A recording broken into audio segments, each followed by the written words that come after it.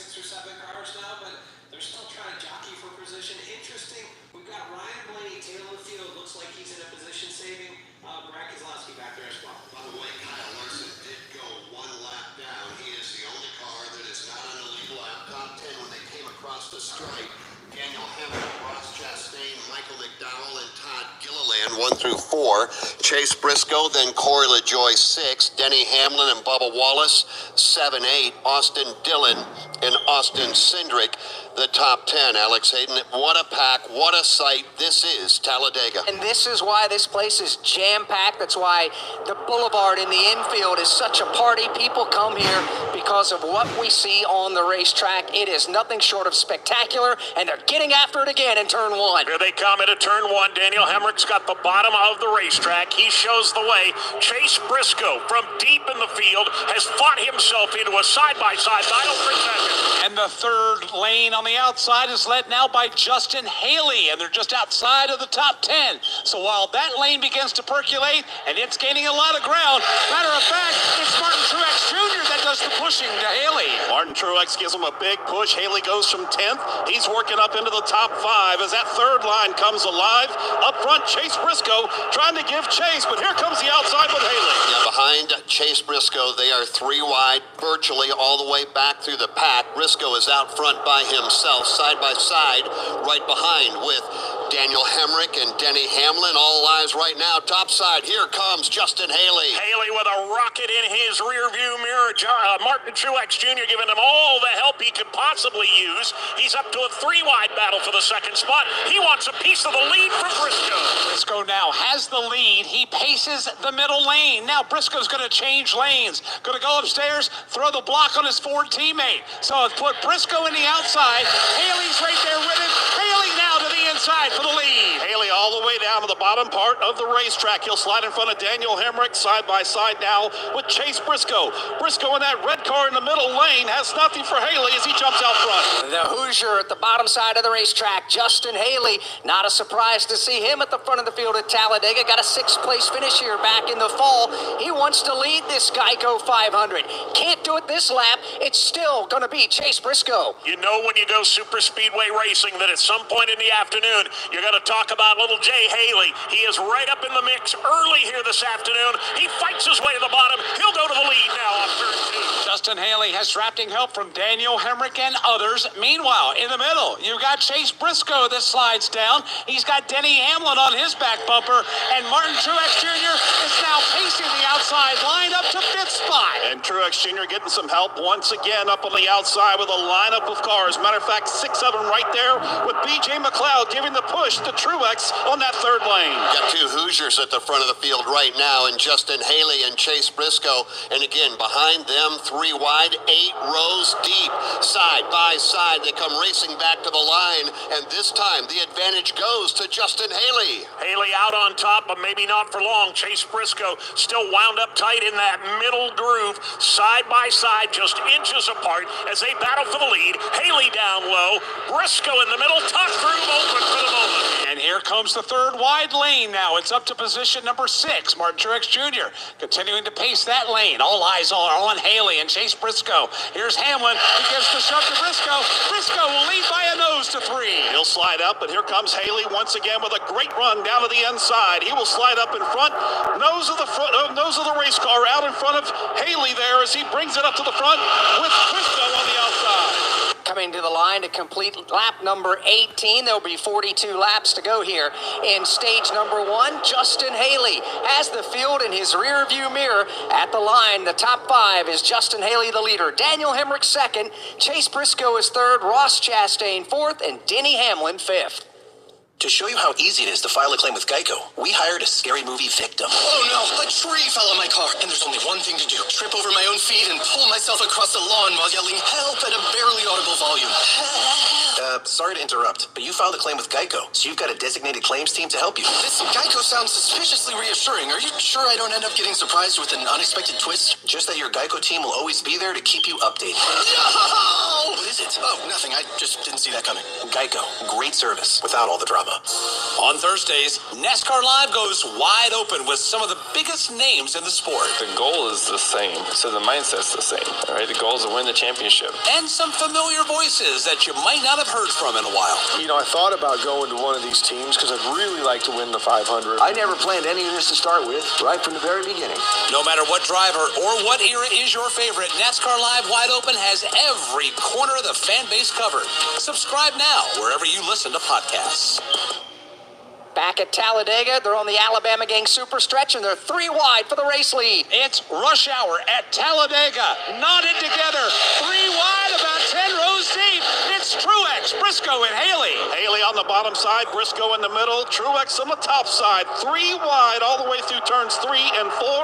All of them nose to tail working their way off the corner. It's like the Air Force Thunderbirds in formation as they come back through the tri-oval, 3 wide all the way through the field. Again, on the bottom, it's Haley. In the middle, it's Chase Briscoe. To the outside, Martin Truex Jr. at the line, and Dave, they stay 3 wide. No more than a foot, maybe 18 inches between those cars side by side. One tiny little mistake anywhere in the top 20, and this field explodes. But for now, they continue 3 wide for the lead. What a thing of beauty to watch these NASCAR Cup Series drivers stack it 3 wide, inches apart, speeds approaching 190 miles an hour.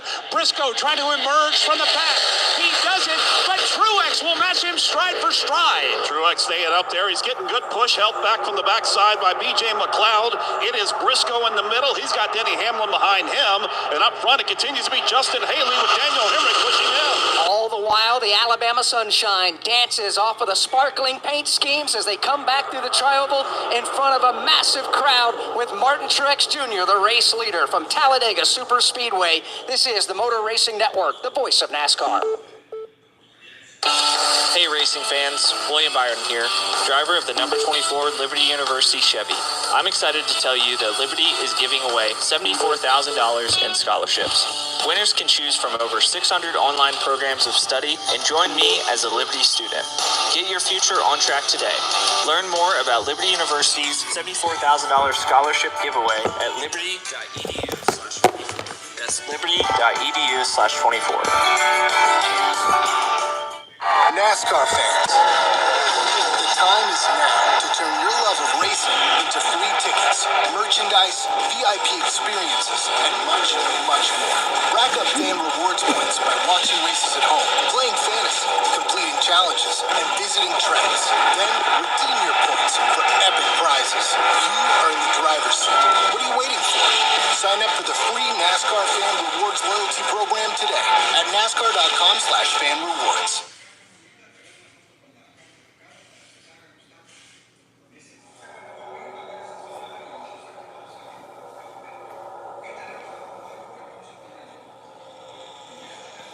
Back at the Talladega Super Speedway under green flag conditions.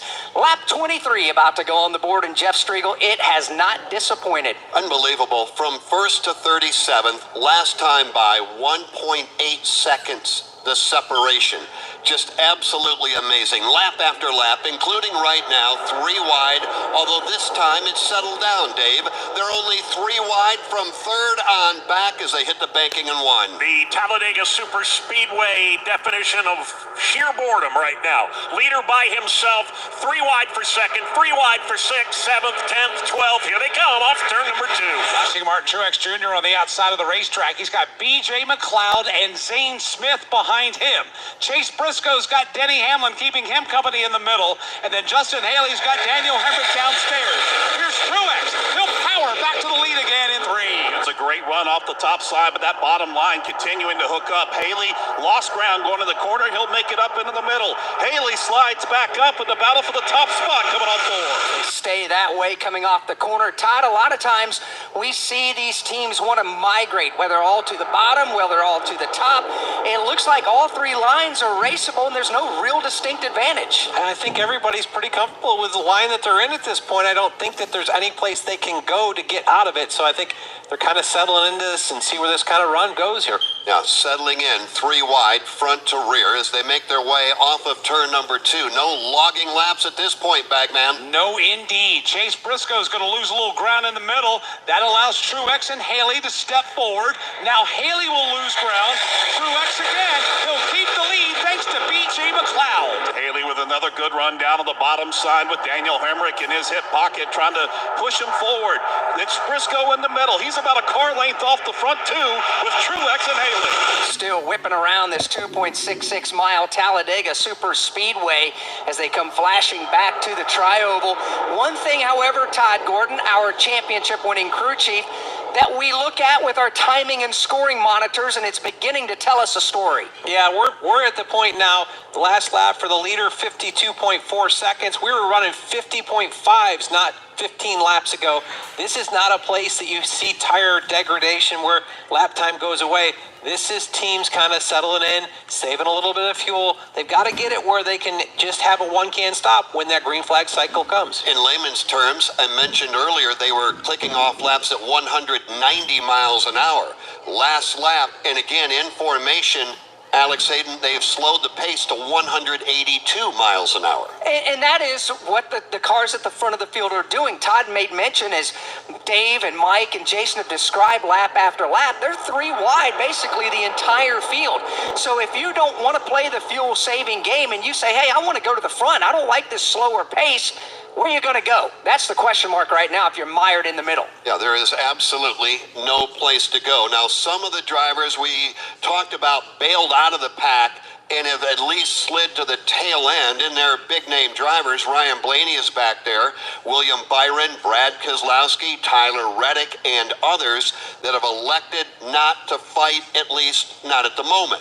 No, Kyle Busch is one of those who's lost 27 positions since the drop of the green flag.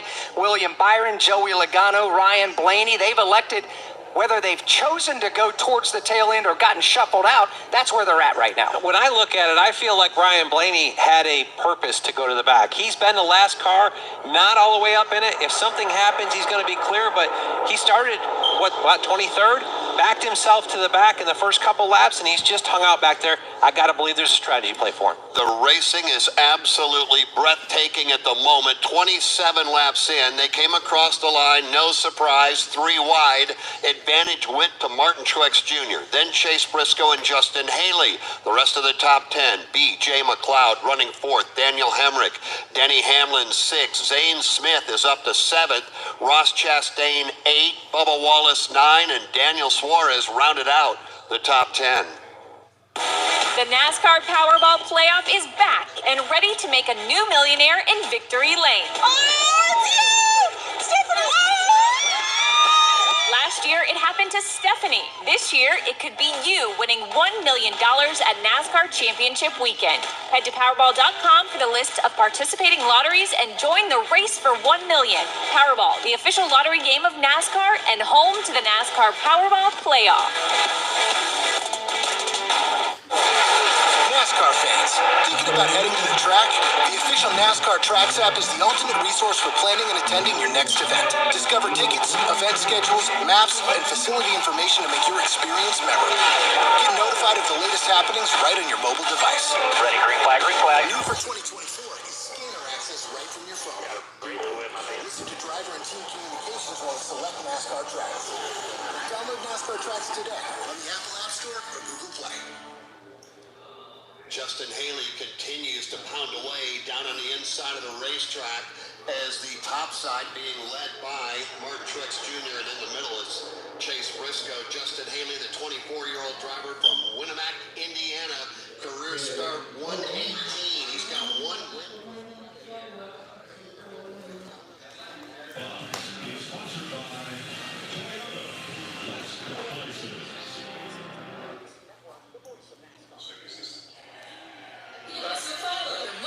Network is on Facebook, YouTube, and Instagram. We've got links to all our podcasts, MRN Radio race broadcasts, and NASCAR news and information. information. Video podcasts on MRN's YouTube and Facebook. On X, use the hashtag AskMRN to connect with us and our award-winning race announcer. Give us a like, post a comment, share a podcast. Just search for MRN Radio, the Motor Racing Network, on all your favorite social media outlets.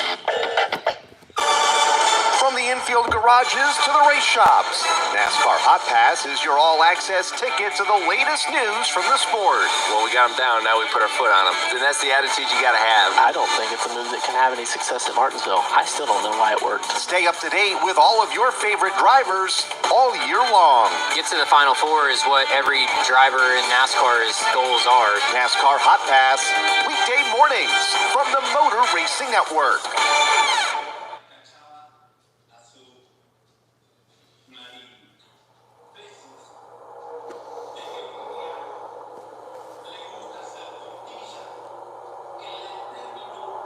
Separation 1 through 27 is less than a second. Yeah, you get the picture.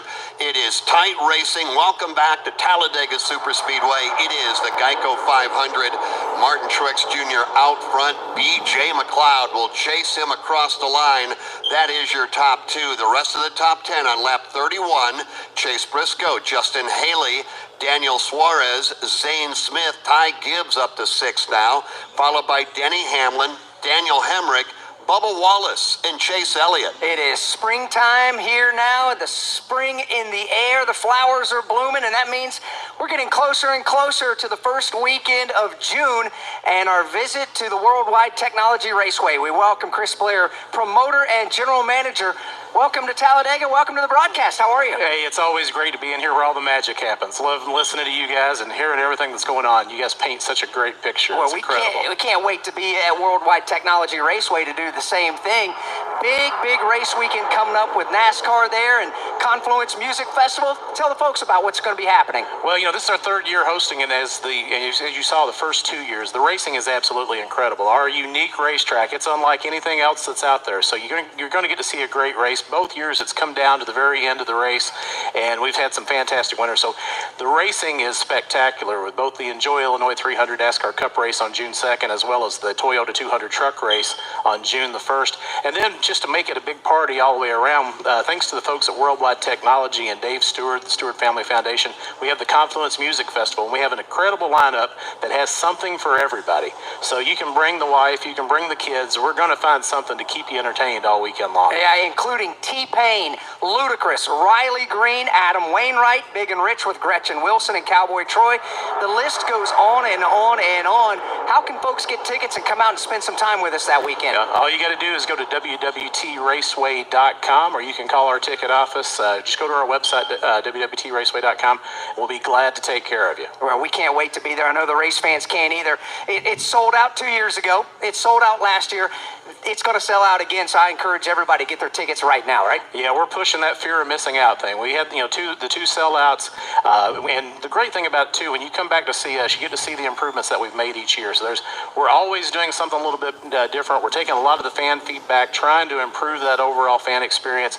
And if you haven't been, please come give us a shot. And if you have been, keep on coming back and tell your friends about it. It is a jewel in the heartland of America, right on the Mississippi River, Worldwide Technology Raceway. Chris, as always, great seeing you. Thanks for coming by. Hey, thanks for having me, guys. And again, I'm a big fan. We'll see you later. We're a big fan of your racetrack. Can't wait to be at Worldwide Technology Raceway, June 1 and 2. Yeah, absolutely. Looking forward to getting back there. Truex led last time by 34 down. Briscoe, McLeod, that's B.J. McLeod. He continues to run at the front of the field. Ty Gibbs, Zane Smith, Hamlin, Haley, Suarez, Bubba Wallace, and Chase Elliott, your top 10.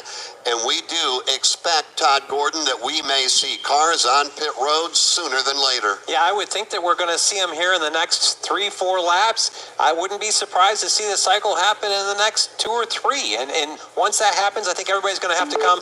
We're 34 laps into it. I heard fuel windows in around 40 laps, maybe 41 or 2, but we had caution laps to start with, parade laps, so we got to use those. All right, so easier said than done. Pit stops coming up. Alex Hayden, if you're B.J. McLeod, Suarez, Chase Elliott, or others running in the extreme outside line, and you get to call on the in the headset, we need to pit next time.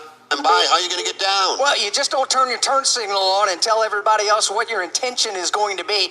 You're going to have some great communication with your spotter on top of the roof here on the grandstand side of things on the front stretch.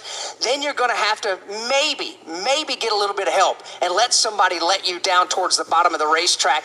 If not, you can be stuck and hung up out there and miss your window to come to pit lane with the group that you're planning to pit with. Right now, they are knotted up together. BJ McLeod currently leading here at Talladega on lap number 36. What should we do with the broke propeller? What should we do with the broke propeller? Don't look at me, I wasn't driving. Thank you, you're not helping. I don't even know why your butt explode. You told me that you loved this boat. That was before you wrecked the boat. Well, now you've made it awkward. Accidents don't just happen in sea shanties, so Progressive Boat Insurance has you covered. Take as little as 4 minutes to see what you can save at Progressive.com. Progressive.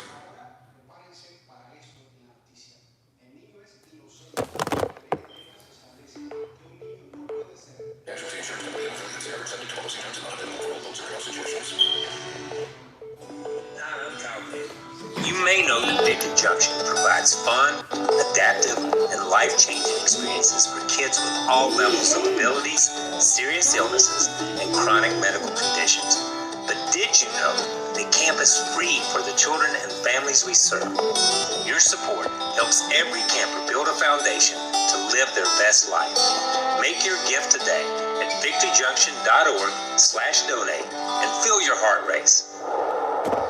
We may be on the brink of green flag pit stops. If it happens, we're going to cover it for you next. BJ McLeod continuing to show the way along with Martin Truex Jr. and Chase Briscoe. They just continue to swap the lead from Talladega Superspeedway. This is the Motor Racing Network, the voice of NASCAR.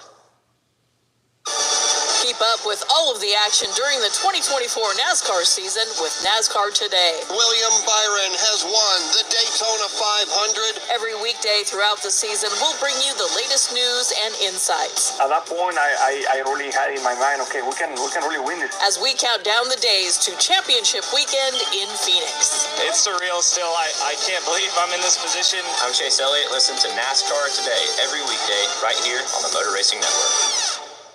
Jeff Gordon wins the Daytona 500. Jeff Gordon's rise to one of NASCAR's all-time greatest drivers was one like no other. Relive Jeff Gordon's journey to the NASCAR Hall of Fame with the exclusive MRN podcast, Jeff Gordon, A Colorful Career. 93 Cup Series wins, 4 Cup Series championships, and 3 Daytona 500 wins. A career rivaled by few others. Check out MRN's Jeff Gordon, A Colorful Career on podcast platforms and MRN.com.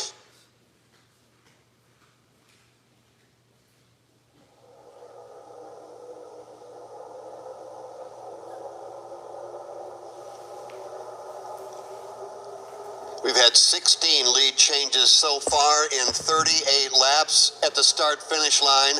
And Alex, if somebody is just joining us, they haven't missed a thing. We have been 3 wide racing since we dropped the green flag. Yeah, and it almost lulls you in a false sense of security because we're getting used to seeing 3 wide, Dave, through the entire field. But one tiny mistake, and we're going to find out just how wild this is. Yeah, not even necessarily a mistake behind the wheel, but just a cross signal with your spotter or another guy's spotter, and Mike Bagley, it all comes unhinged. Right now it's 3 wide. BJ McLeod up top with help from Chase Elliott to the lead. And Martin Truex Jr. is in that middle lane. Here goes the BJ McLeod. He's going to bail out on the outside. He's falling back, so that'll put Chase Elliott in the 3rd lane up front, side by side for the lead. Keep an eye on BJ McLeod. He is going to come to pit road. He was at the front of the field. Boy, that's a tough way to do it all by yourself, but that's what BJ's going to do. Briscoe on the inside at the line. Martin Truex on the outside. Right behind Martin Truex is Ty Gibbs. Ty Gibbs really, and I mean really, giving Martin Truex Jr. the bum's rush. He jacked him up in turn 1 a lap ago, hit him hard again in turn 2. All it'll do is push him to the lead. Now we're side by side for the lead with Chase Briscoe. You've got Martin Truex Jr. there and a new player up top. Here comes Chase Elliott. Ryan Preece pushing Chase to the lead. Move Elliott to the top spot. Priest is out there with them, bottom side of things. Once again, here comes Noah Gregson down there on the bottom side. As Priest slides down, grabs his teammate off four. Here they come. Will anybody bail off the racetrack? Indeed, they will. Two drivers are going to slow down and come to pit lane as BJ McLeod comes back up to speed. Looks like Justin Haley and Chase Briscoe, the two Indiana natives, are going to come to pit road by themselves while the rest of the field continues to circle, Todd. These were the two guys that led for a lot of the beginning of the run. You don't make as good fuel mileage out there, probably closer to their window, had to come to get fuel. All right, they come by themselves, but they're in front of Steve Post. Yes, indeed. There goes Chase Briscoe back out, and Justin Haley. They go back out in tandem now. They need to get teamed back up to see if they can maintain some good pace. But, boy, that did get everyone's attention. I think there's been a pretty good sentiment that they're all trying to get to the bottom lane. Problem is, at 3 wide, it's just not going to work. So Briscoe and Justin Haley got their pit stops done there. Here comes about, 6 more or 7 more cars are going to stand on the brakes, peel off the racetrack, and come to pit road, including Daniel Suarez. He's one of those drivers. Looks like Corey LaJoie is going to make a stop. And it's going to be a gas and go, but his teammate, Zane Smith, actually missed his box, so he had to go all the way down pit road. He will not stop this time when he intended to. Steve Post. Daniel Suarez is in, going to be about 5 seconds of fuel in the Tootsie's car. Suarez down and away, Paul. Daniel Hemmer coming in for a gas-only stop. Same thing for Cody Ware and for Austin Dillon. Sunoco fuel only. And we'll see what happens now. The field is coming off the banking in turn number 4. You know these drivers need to get to pit road. They need to get to pit road in a hurry because the fuel cells are beginning to run dry. Here comes 5, 6 cars more. One of them is that Denny Hamlin, who may have just collected a car on entrance into pit road. It is indeed Denny Hamlin. He has spun his car around in front of Kim Kuhn. And he got it righted, but it's going to be a longer stop for Denny because they'll have to change tires after that issue. Martin Truex Jr. also a little bit of an issue. He was on the outside lane. There were cars coming down, blocking him from turning into his pit box. He had to slow way down before he could make a stop. Denny Hamlin just now finishing up his pit service, so he's going to have to hightail it to make up and get back with the pack. Steve Post. Fuel only the call for Ty Gibbs, another one of the Toyota camp, and John Hunter Nemechek. Fuel only here on lap number 43. Paul? No book takers here in the middle of pit road in that last bunch of pit stops, guys. We had Daniel Suarez get busted for speeding on the pit lane, and here comes a whole pack of cars on the pit road. Kim Kuhn. That is a Chevy Brigade on my end. We've got Kyle Busch with a gas and go, as well as William Byron getting a couple seconds of fuel. The oddball Ford, Harrison Burton on my end of pit road as well. Steve Post. And there are some Fords down here. Michael McDowell, the very first pit box. He's in. Alex Bowman is in. There goes Austin Cindric back out. There goes Bubba Wallace back out. It's a land rush getting back out into the speedway, Paul Small. And in the middle of pit road, Ryan Blaney finally making a pit stop along with Christopher Bell. It is indeed a land rush hour, call it what you want.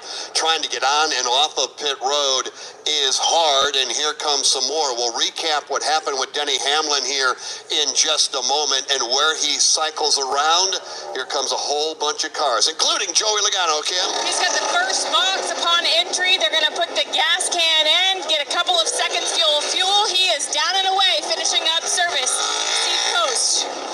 Brad Keselowski brings his Ford in. He is in tandem with Eric Jones. So the manufacturer thing for the Toyotas and Ford is all convoluted up. We've got dogs and cats sleeping with each other, Fords and Toyotas pitting with each other as that group goes down and away.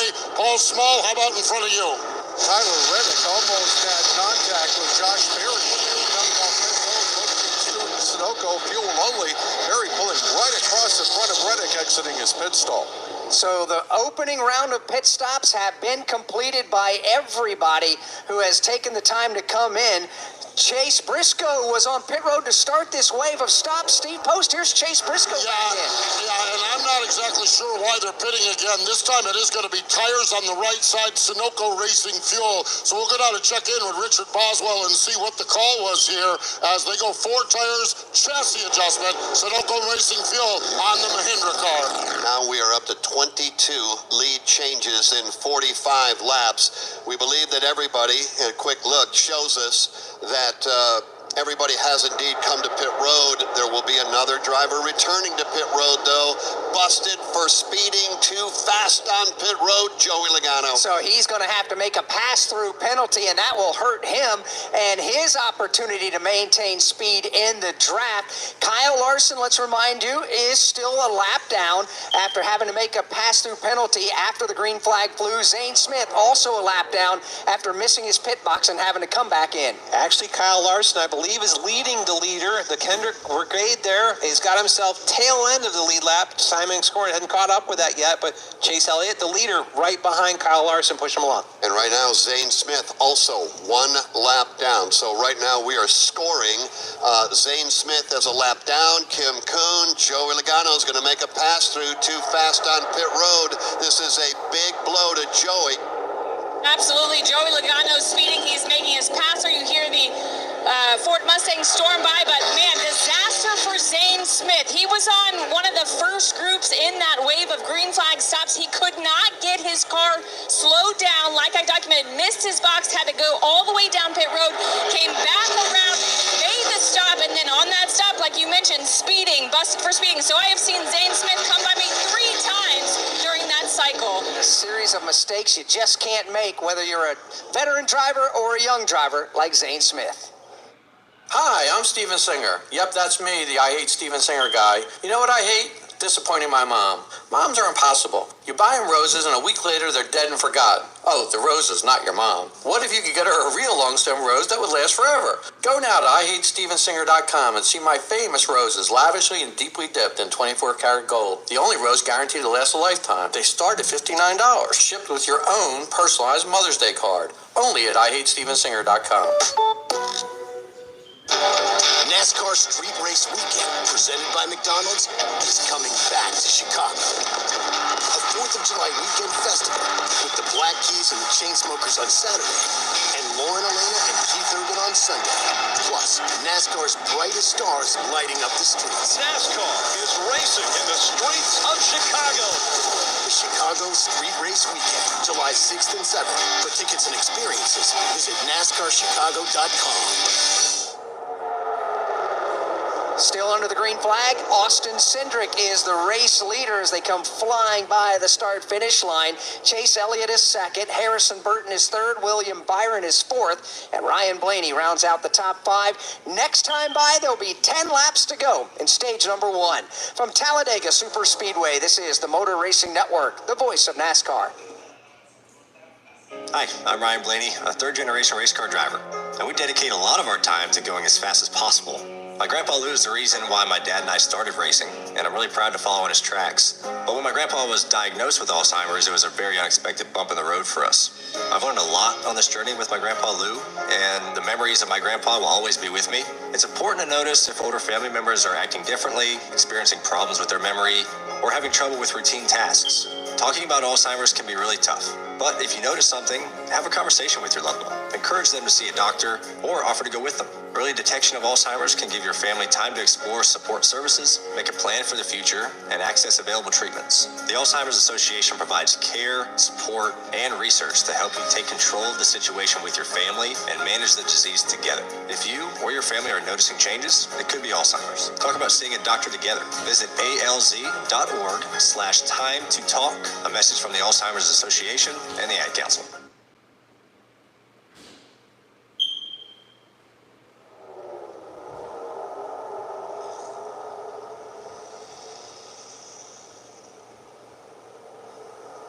Welcome back to Talladega Superspeedway. For the most part, the entire field, after a round of green flag stops, is bunching back up right together. The race leader is Austin Cindric. Kyle Larson is right there side by side with the leader. However, Larson just trying to stay on by a bumper the tail end of the lead lap. We'll get you back out there on the racetrack in just a moment. But first, let's pause 10 seconds for station identification on the Motor Racing Network.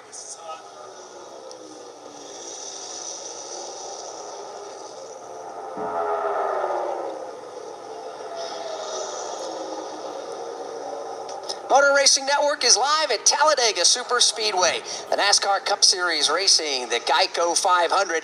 My name is Alex Hayden. Alongside is Jeff Striegel and championship-winning crew chief Todd Gordon. Out in the turns, Dave Moody, Mike Bagley, and Jason Toy. And up and down the pit lane are Steve Post, Paul Small, and Kim Kuhn. We've had 24 different lead changes, and that's just at the start-finish line. Chase Elliott and Austin Cindric right now are running side by side for the lead.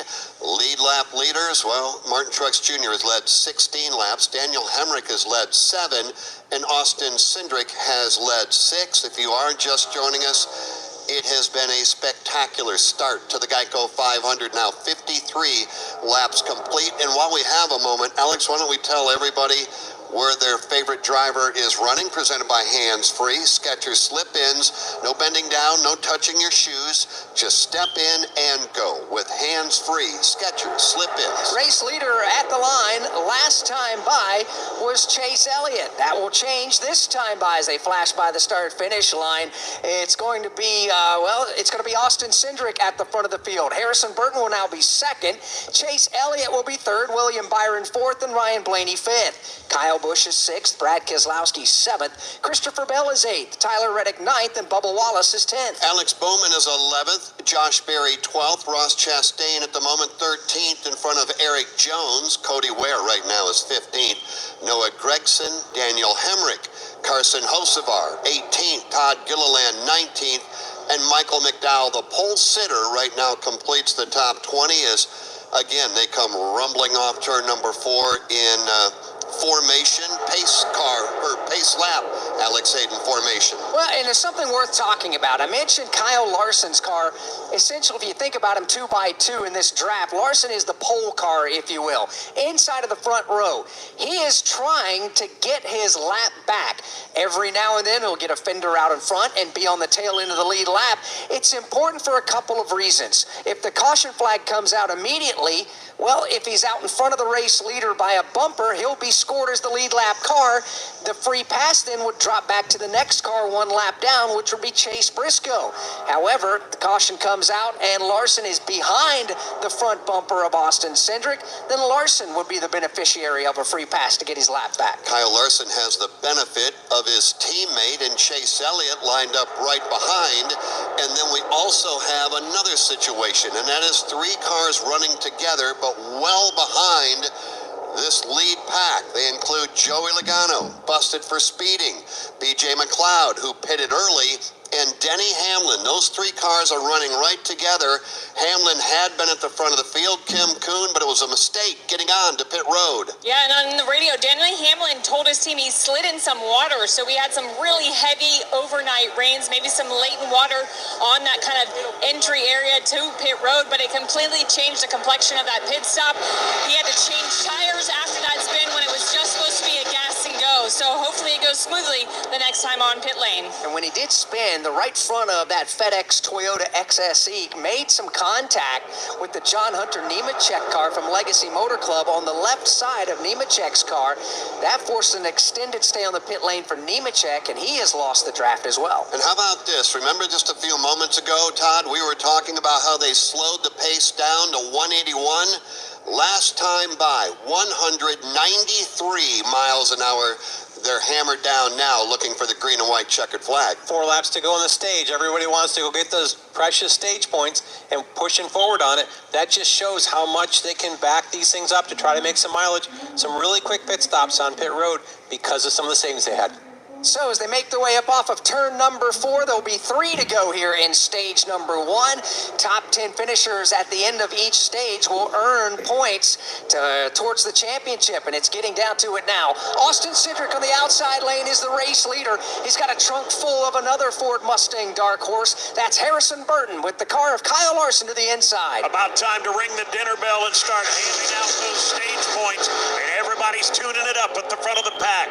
Austin Cindric has the lead by a nose. The lap machine, well, depending on where you catch him, of Kyle Larson right to his left elbow. Good news for Kyle Larson is he's got a couple of teammates right behind him, Chase Elliott and William Byron there, while Austin Cindric continues to get a assistance from Harrison Burton. Looking further back in the field, third lane, trying to form up. Josh Berry will start down just outside the top 10.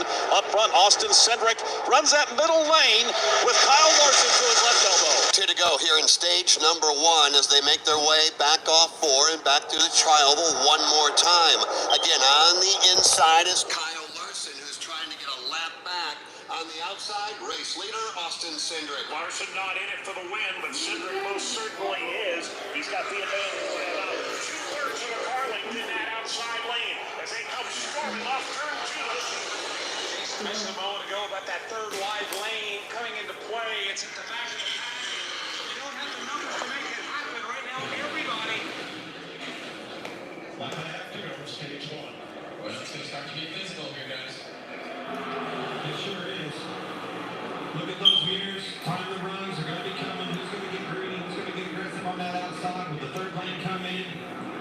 And Kyle Larson with the 5. He's got to go. If he doesn't beat the rest of these cars to the line at the end of the stage, he'll have to pick with the lap down cars and then climb back for the last 10 minutes. It's changed a little bit there, but nonetheless, he will get back where he wants to be.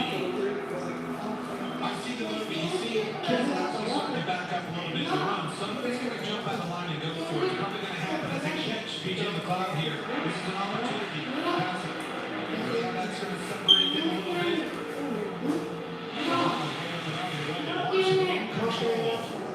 Here it comes, final lap, stage 1. Larson has to get up towards the outside line because he wants to try to block both lanes. And he's way out front right now. He's not a factor in who wins this stage. So he might be moving.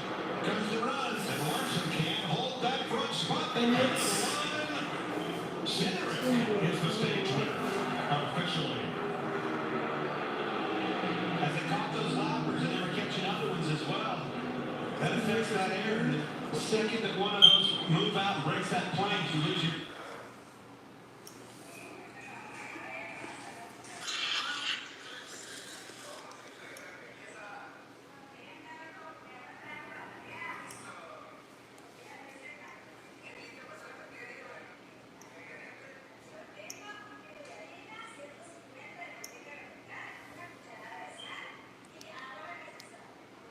Millionaire in Victory Lane. Head to Powerball.com to find out how you can enter the NASCAR Powerball Playoff. eBay Motors is here for the ride. 120,000 miles of night drives, daily commutes, and who knows how many. Are we there yet? Through countless fixes, elbow grease, and a new radiator, you kept your ride alive. With eBay Motors, you have over 122 million parts to keep it running. And with eBay Guaranteed Fit, they'll be the perfect fit every time. Plus, at these prices, well, we're burning rubber, not cash. Keep your ride or die alive at ebaymotors.com. Eligible items only. Exclusions apply. To show you how easy it is to file a claim with GEICO, we hired a Shakespearean actor. Oh, woe is me. Wherefore are thy claims help when I ask the fender vendor? Pardon the interruption, but when you file a claim with GEICO, your claims team will be in touch right away. But willst they forget about me later when thou needest updates? No. They'll always be there to, helpeth you out. Well, I suppose that I should bemoan something else, like my lactose intolerance. Why must dairy disagree with me so savagely? GEICO. Great service without all the drama. From Talladega Super Speedway, this is the Motor Racing Network, the voice of NASCAR. Inspiring story. Dale Earnhardt Jr. comes back to the Daytona International Speedway. He will win the Pepsi 400. I'm just a pilot, man. You know, I just want everybody to be happy. I want to do good, and hopefully all of my dad's fans enjoyed this. This for all them. Motor Racing Network's NASCAR Live presents podcast Junior's Journey. Jeff Gordon, a colorful career, 50 years of MRN, the 1993 season, the road to royalty, and more. Search for NASCAR Live on your favorite podcast platform. From the infield garages to the race shops, NASCAR Hot Pass is your all-access ticket to the latest news from the sport. Well, we got them down, now we put our foot on them. Then that's the attitude you gotta have. I don't think it's a move that can have any success at Martinsville. I still don't know why it worked. Stay up to date with all of your favorite drivers all year long. Get to the Final Four is what every driver in NASCAR's goals are. NASCAR Hot Pass, weekday mornings from the Motor Racing Network.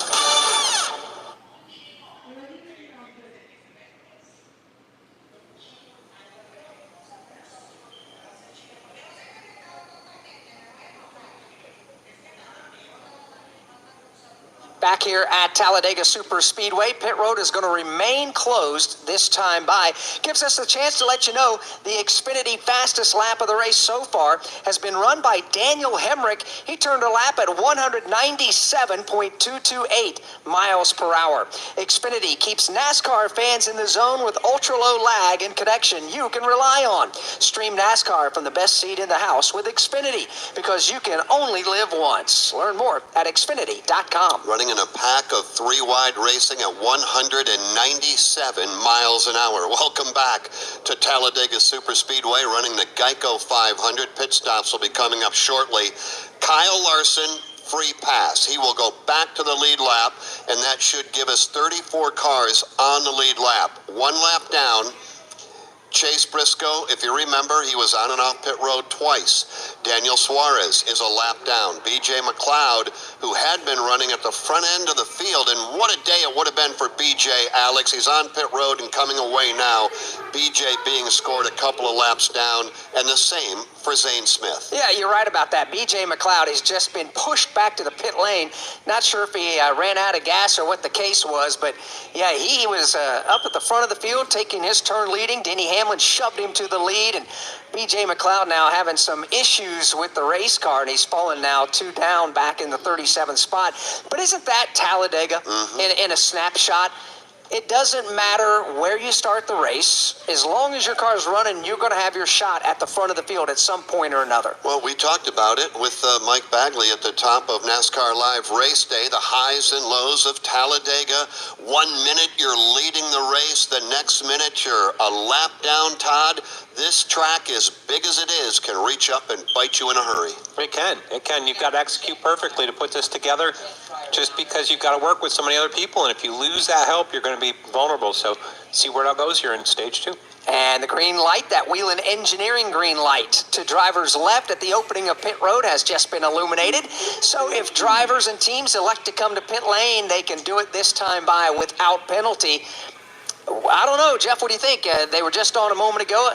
Very quick pit stops. I think they need some Sunoco fuel in the tank. You're asking me? I'm going with 4 tires, Sunoco fuel, and get it ready to run the second stage. Let's find out together. Austin Cindric, Chase Elliott, William Byron, here they come. Ryan Blaney, Kyle Busch, and more. Kim Koo. And William Byron peels off. His crew's going to go to attention. He will take fresh Goodyear tires, Sunoco fuel. Said the car is great. Just some conversation with his spotter, Brandon Lyons, on how he can call Williams into the turns better. Martin Truex Jr. in 4 tires, Sunoco fuel.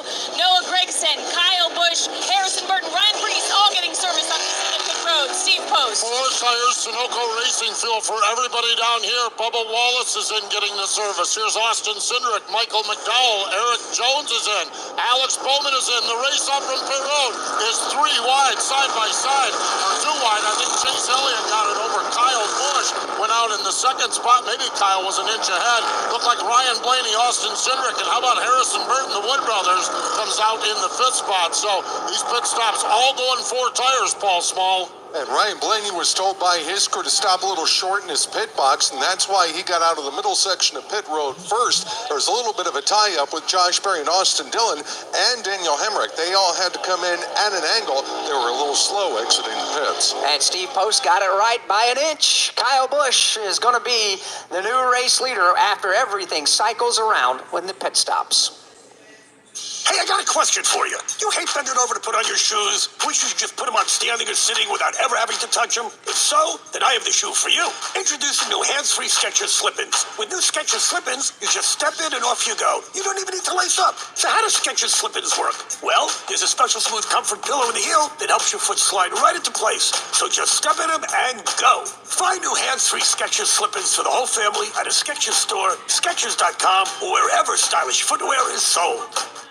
NASCAR fans, the time is now to turn your love of racing into free tickets, merchandise, VIP experiences, and much, much more. Rack up fan rewards points by watching races at home, playing fantasy, completing challenges, and visiting tracks. Then redeem your points for epic prizes. You earn the driver's seat. What are you waiting for? Sign up for the free NASCAR Fan Rewards loyalty program today at NASCAR.com/fanrewards. From Talladega Super Speedway, this is the Motor Racing Network, the voice of NASCAR. We are the voice of NASCAR. The green flag is in the air, and we are underway. The Great American Race. The Motor Racing Network. NASCAR Cup, Xfinity, and Craftsman Truck Series Racing live on your hometown radio station and MRN or NASCAR.com. Martinsville, Talladega, the Chicago Street Course. We have the side-by-side action and last lap passes for the win. Photo finishes. Ryan Blaney will win. The voice of NASCAR, the Motor Racing Network. This is Steve Post. If you love sprint cars, you'll love Wing Nation. All the latest sprint car news and interviews from the stars of sprint car racing from around the country. Join Ashley Strumming, Aaron Evernham, and me every Tuesday on Motor Racing Networks and Wing Nation's Facebook pages. We go live with the weekend's winners and newsmakers from around the country. You can also find the podcast of all past shows on YouTube or subscribe to the podcast on any of your favorite podcast providers. Wing Nation, all sprint cars, all the time.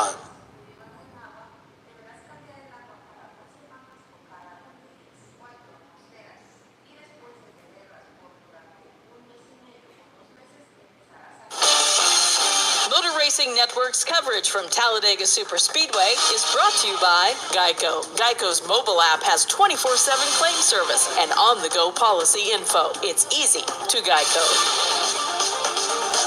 Here at the Talladega Super Speedway as the field has made their pit stops here. Their second trip down the pit lane after a green flag stop a little earlier in the race. We have already made our way into stage number 2 now. 28 official lead changes at the line among 12 different drivers. Austin Cindric and Martin Truex Jr. both have led 16 laps. That's the most by anybody. And we're going to see a couple of wave around cars to get back on the lead lap. They include Chase Briscoe, Zane Smith, and Daniel Suarez, as you mentioned, both Postman and Alex Hayden. Kyle Busch, the first one off of pit road. He will lead the field back to the green flag when we do it. Chase Elliott will line up second. Ryan Blaney, Austin Cindric, and Harrison Burton top 5. William Byron, Christopher Bell, Alex Bowman, Michael McDowell, the pole sitter right now, is running 9th, and Bubba Wallace is 10th. Alex Hayden, anything surprise you at the moment? Nothing has surprised me. I was going to say, because typically at Talladega, we do see the 3 and 4 wide racing. Then it settles down to single file. We didn't have that, but you know, it's Talladega. Nothing surprises me. You got to come in here with an open mind and expect the unexpected. You know, I like Brad Keselowski's strategy, Todd Gordon. That is a driver that obviously has a ton of confidence. He'll come to pit road one more time, I would imagine, simply to top it off with fuel. He's going to put Sunoco fuel into that Ford Mustang, but he gives up all of that track position knowing that we still have 122 laps to go. He's going to restart at the tail of the field, and probably at the moment feels pretty good about it. Yeah, there's 3 or 4 guys there. Joey Logano came with him as well. They're going to be back in the back, and they kind of played the strategy the first stage. Brad Keselowski slid to the back. He was one of the back 3 for most of that run, saving fuel. In this run, he just filled up at lap 65. He's only got to go 55 laps this time. We'll see where they can get to on saving fuel, what that can do to their windows. As we've just gotten the 1-to-go signal, Kim Kuhn, Denny Hamlin, an extended stop on the pit lane. That's right. Remember, he had that spin under that green flag stop, a little contact with the 42. No visible damage, nothing we could see. Denny wasn't actually even complaining about anything, but the team could see something in their data that indicated something was off with the steering, so they kept him on pit road a little bit longer to fix that alignment, brought him down a second time to top off, and again, look at both the right and left front. So, Todd Gordon, if Denny's not complaining about anything, what is the team seeing in their data that would indicate a problem with the steering? Well, all of these teams have data that they look at. They call it SMT data, but that's got throttle, it's got brake, it's got steering angle. And they've looked at that and compared what the steering wheel and what it looks like down the back straightaway before the incident and the contact, what the offset of that angle is. They saw that line was offset, the steering line was offset after the contact, which means that something has bent, the alignment has changed. So they're trying to work on that corner of the car that actually took the impact to get the wheels where they're tracking straight ahead again and bring that steering back. We'll keep an eye on him as we get ready for a GEICO restart presented by GEICO. Is your insurance playbook confusing? Make it easy. Switch to GEICO and get all the insurance coverage from one place. Go to geico.com today to get started. Green flag goes in the air. It's Kyle Busch on the outside of the front row. He's got a trunk full of Chase Elliott. Downstairs, a couple of Team Penske Ford Mustang dark horses. Down low, below the inside line with those Ford machines. But up top, it is Kyle Busch. He's got a nose advantage up in that outside lane. Wheel to wheel as they come off turn 2.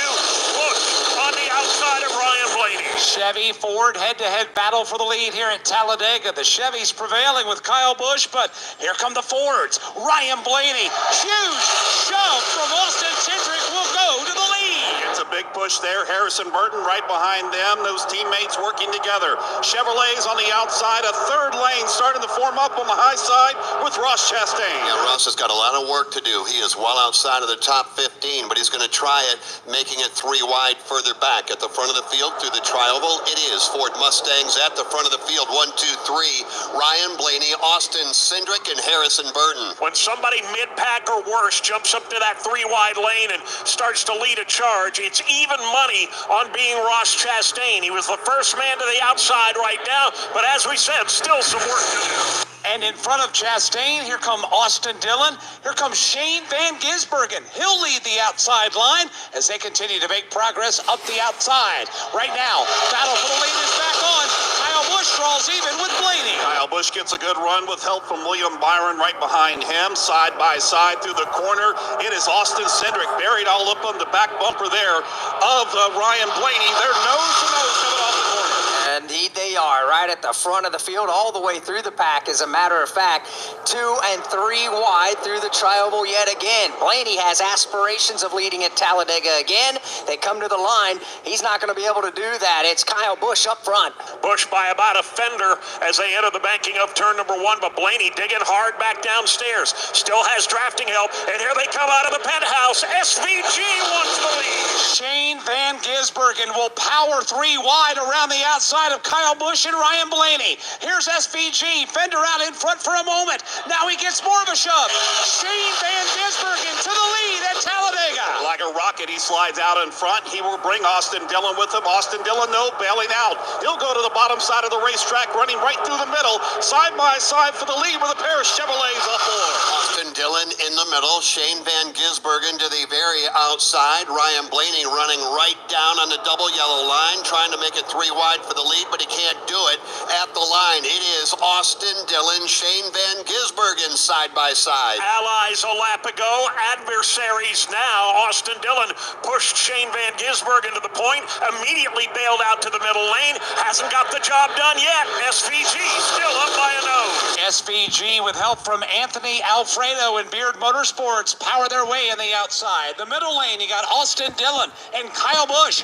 Downstairs, you've got Ryan Blaney and Austin Cindric as they continue to stack it up. Ryan Blaney, Austin Cindric, and that bottom line fell back just a little bit. They get a great run through the middle of turns 3 and 4, trying to even it up. They're battling for second, 3 wide up front. Shane Van Gisbergen. He's got the Wendy's colors on board his Chevrolet Camaro. He's going to get shuffled out of line.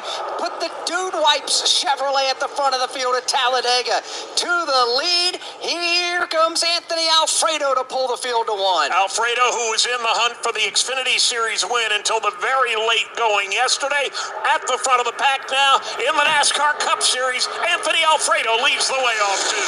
The field is in the hands of Fast Pasta. That's how he's known. He'll change lanes. He'll pull to the bottom of the racetrack. But that leaves Noah Gragson passage topside. Gragson goes to the lead.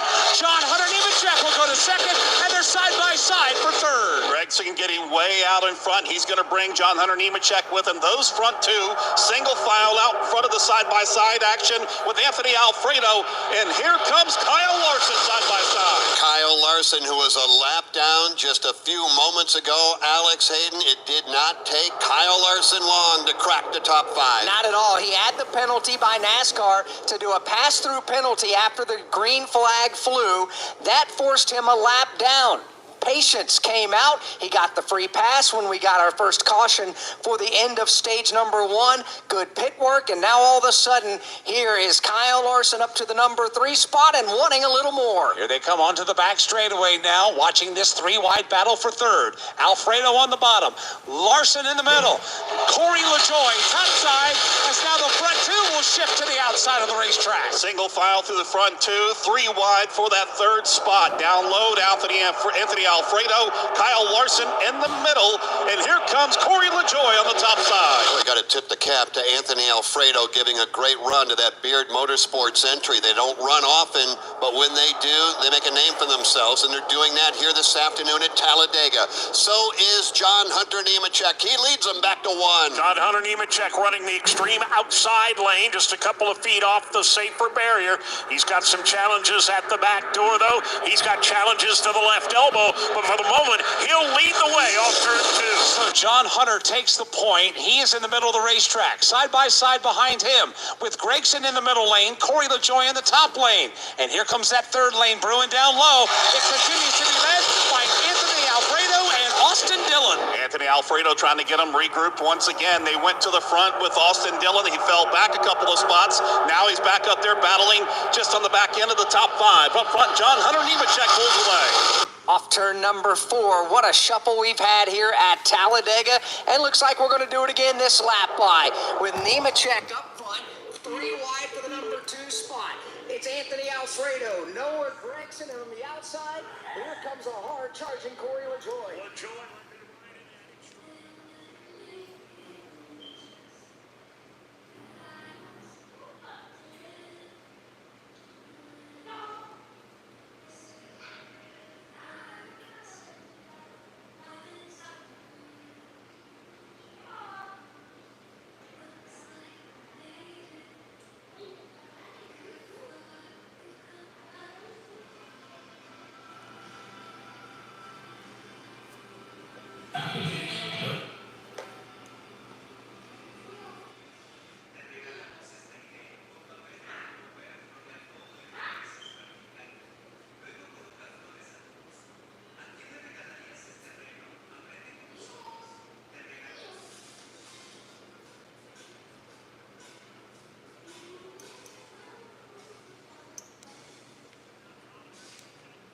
Alfredo right there in his truck.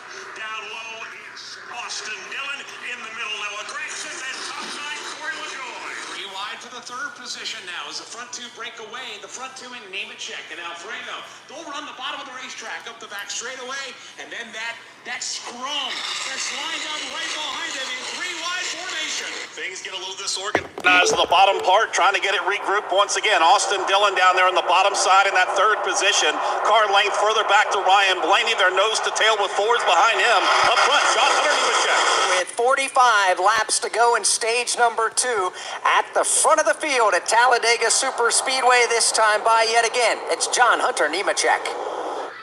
Tyler from Wendy's here. The best part of Wendy's new Cinnabon Pull-Apart is every part. Unlike mornings, which have no good parts. Until now. Because with Wendy's new breakfast Cinnabon Pull-Apart, mornings finally don't completely suck. And now that mornings have warm cinnamon sugar rolled dough and ooey gooey frosting, are they the best part of every day? Probably not, but you get the idea. Get to Wendy's today and get the best part in every bite with the new Cinnabon Pull-Apart. Participating U.S. Wendy's Cinnabon is a registered trademark of Cinnabon Franchise or SPV LLC. Buckle up and hang on. This is going to be a good one. The fans of Kansas Speedway know how to have a good time. One that celebrates fantastic finishes and family-friendly facilities. Trading paint. We got feuding and tailgating tradition. Burnouts, beer, and barbecue. Oh, it'll for sure be a good time, and you are all invited. NASCAR weekend at Kansas Speedway, May 4th and 5th. Get your tickets now at kansasspeedway.com. Continuing to circle under the green flag, lap number 76 of 188 have been complete.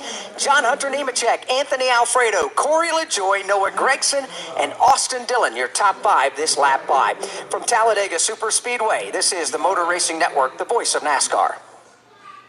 You crave power, but your ride is holding you back. Feeling the burn of mediocrity instead of the thrill of domination. E3's cutting-edge tech, the same spark that fuels NASCAR champions, also delivers maximum fuel efficiency, so you spend less time at the pump and more time at the track. This is championship performance. This is E3 Spark Plugs. Don't just dream of speed. Make it your reality. Power, speed, endurance. E3. What are you running? Every hero's story has a humble beginning. Every legend had to earn their stripes. Every superstar had a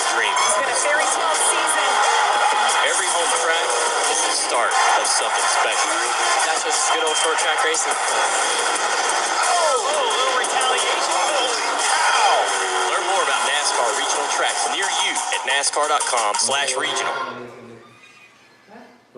I think like 3 more, 2 more.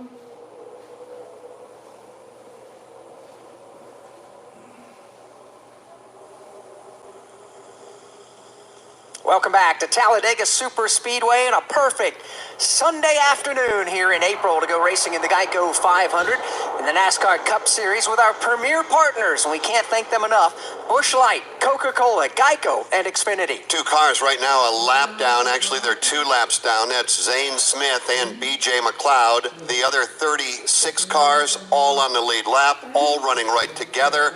John Hunter Nemechek, Anthony Alfredo, Noah Gragson across the line now is your top 3. Corey LaJoie and Austin Dillon complete the top 5. Kyle Larson, Chris Buescher, Brad Keselowski, yes, Brad that pitted and topped off with fuel and restarted at the tail end of the field up to 8th.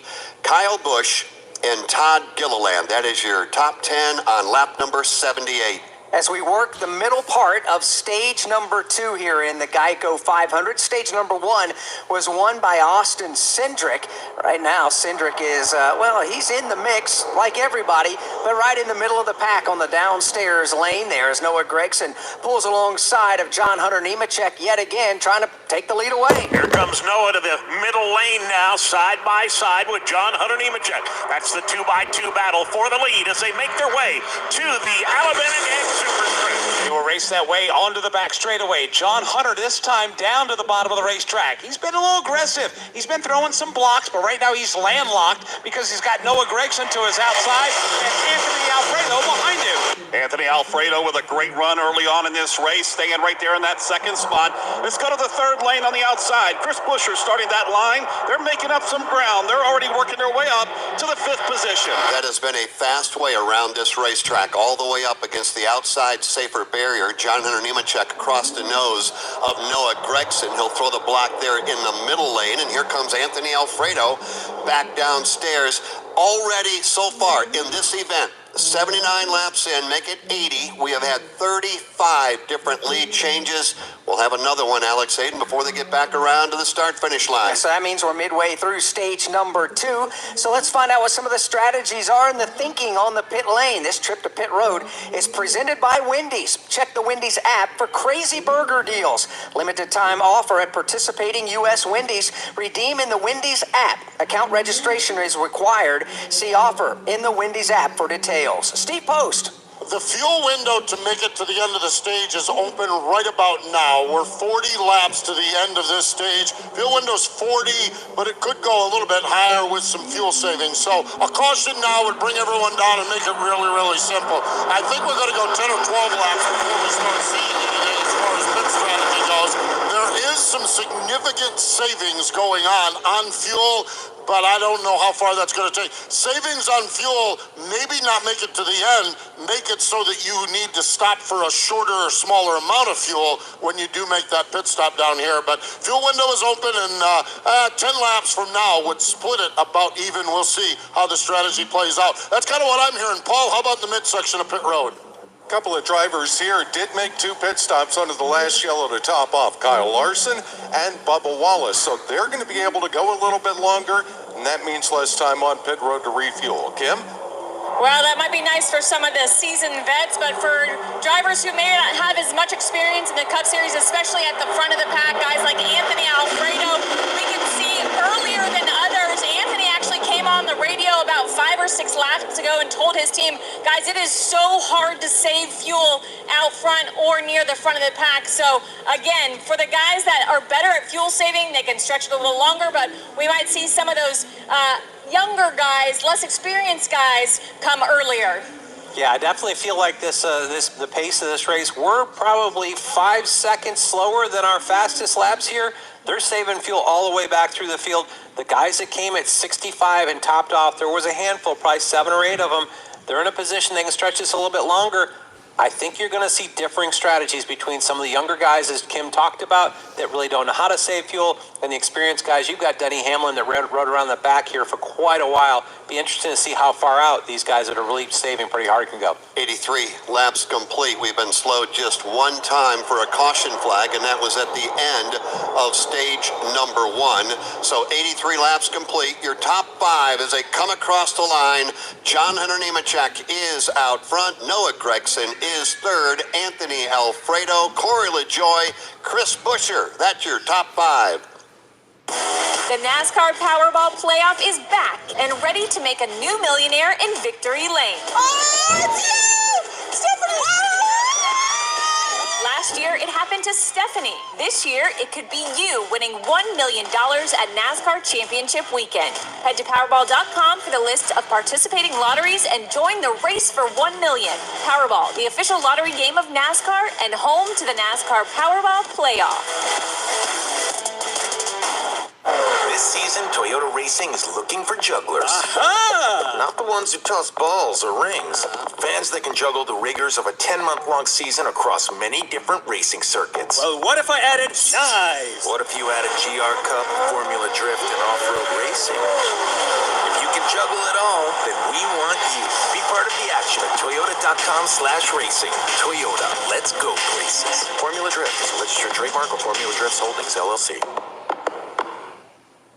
84 down, 104 remain. John Hunter Nemechek continues to pace the field, but they stack up right behind Noah Gragson, Anthony Alfredo, Corey LaJoie, and Kyle Larson, top 5 at the moment from Talladega Superspeedway. This is the Motor Racing Network, the voice of NASCAR.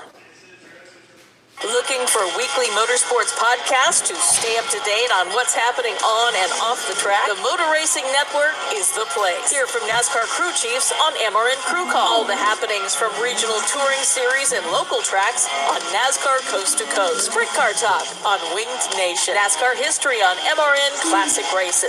And hear from the drivers on NASCAR Live. MRN podcasts available on MRN.com, YouTube, or your favorite podcast platform. The year was 1993. The NASCAR Cup Series season kicked off with the Dale and Dale Show at the Daytona 500. Dale Jarrett's got the lead. He goes to the inside. Earnhardt's not going to get him. Dale Jarrett is going to win the Daytona 500 by SDP. Earnhardt second. The 1993 NASCAR Cup Series season. All the highs and lows. Relive them all on MRN's exclusive podcast, The 1993 Season. Available on podcast platforms and MRN.com.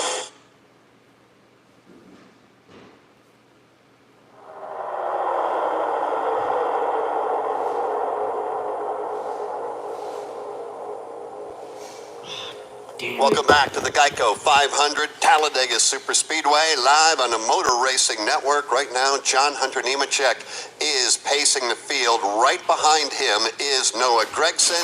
And on the inside and on the move, Mike Bagley, that is Anthony Alfredo. He's been down there the last handful of laps or so, and he's done a great job of working the draft, keeping drafting help behind him, and drafting help is scarce. He only has Austin Dillon right behind him. They've been strong hanging in down there in that bottom part of the racetrack. They do have some help about 4 car lengths to the backside of them, but we've been seeing John Hunter Nemechek continue to stay the lonesome man out front. He is right in the middle of the racetrack, and he's going to continue to pull the field behind him. He's by himself, and right on his back bumper is going to be Noah Gragson. They're stacked up 3 wide from the number 3 spot on back.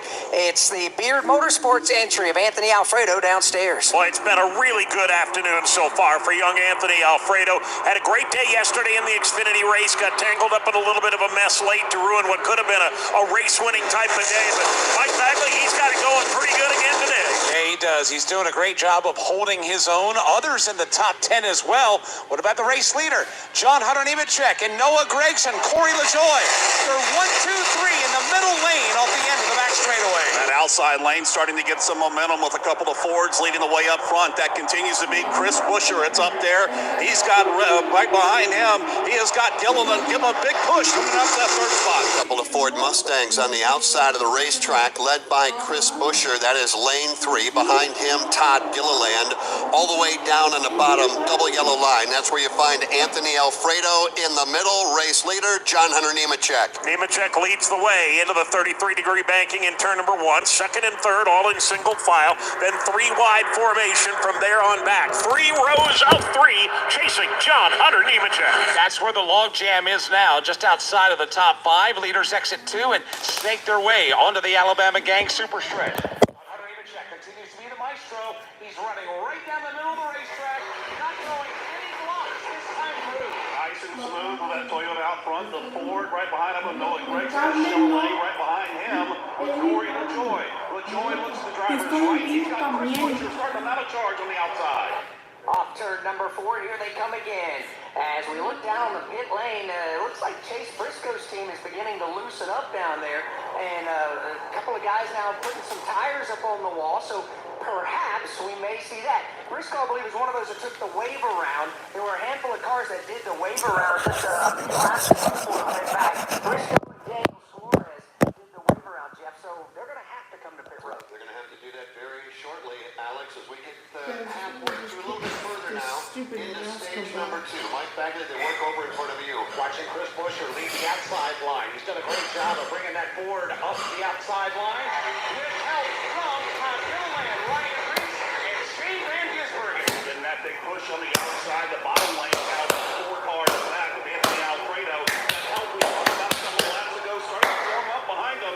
They're working their way up to the 5th spot. Off turn number 4, we see the pit crew of Chase Briscoe on the pit lane. Yeah, here comes Briscoe. He's got the red and black Mahindra Tractors Ford Mustang Dark Horse down to 55 miles per hour. Steve Post, this is going to be a lonely pit road for Briscoe. All by himself. Chase Briscoe brings that Ford Mustang Dark Horse into the attention of the crew. Richard Boswell, the crew chief, here he is in 3, 2, 1. Going to be 4 tires, Sunoco. And they said make sure you get it full of Sunoco Racing Fuel.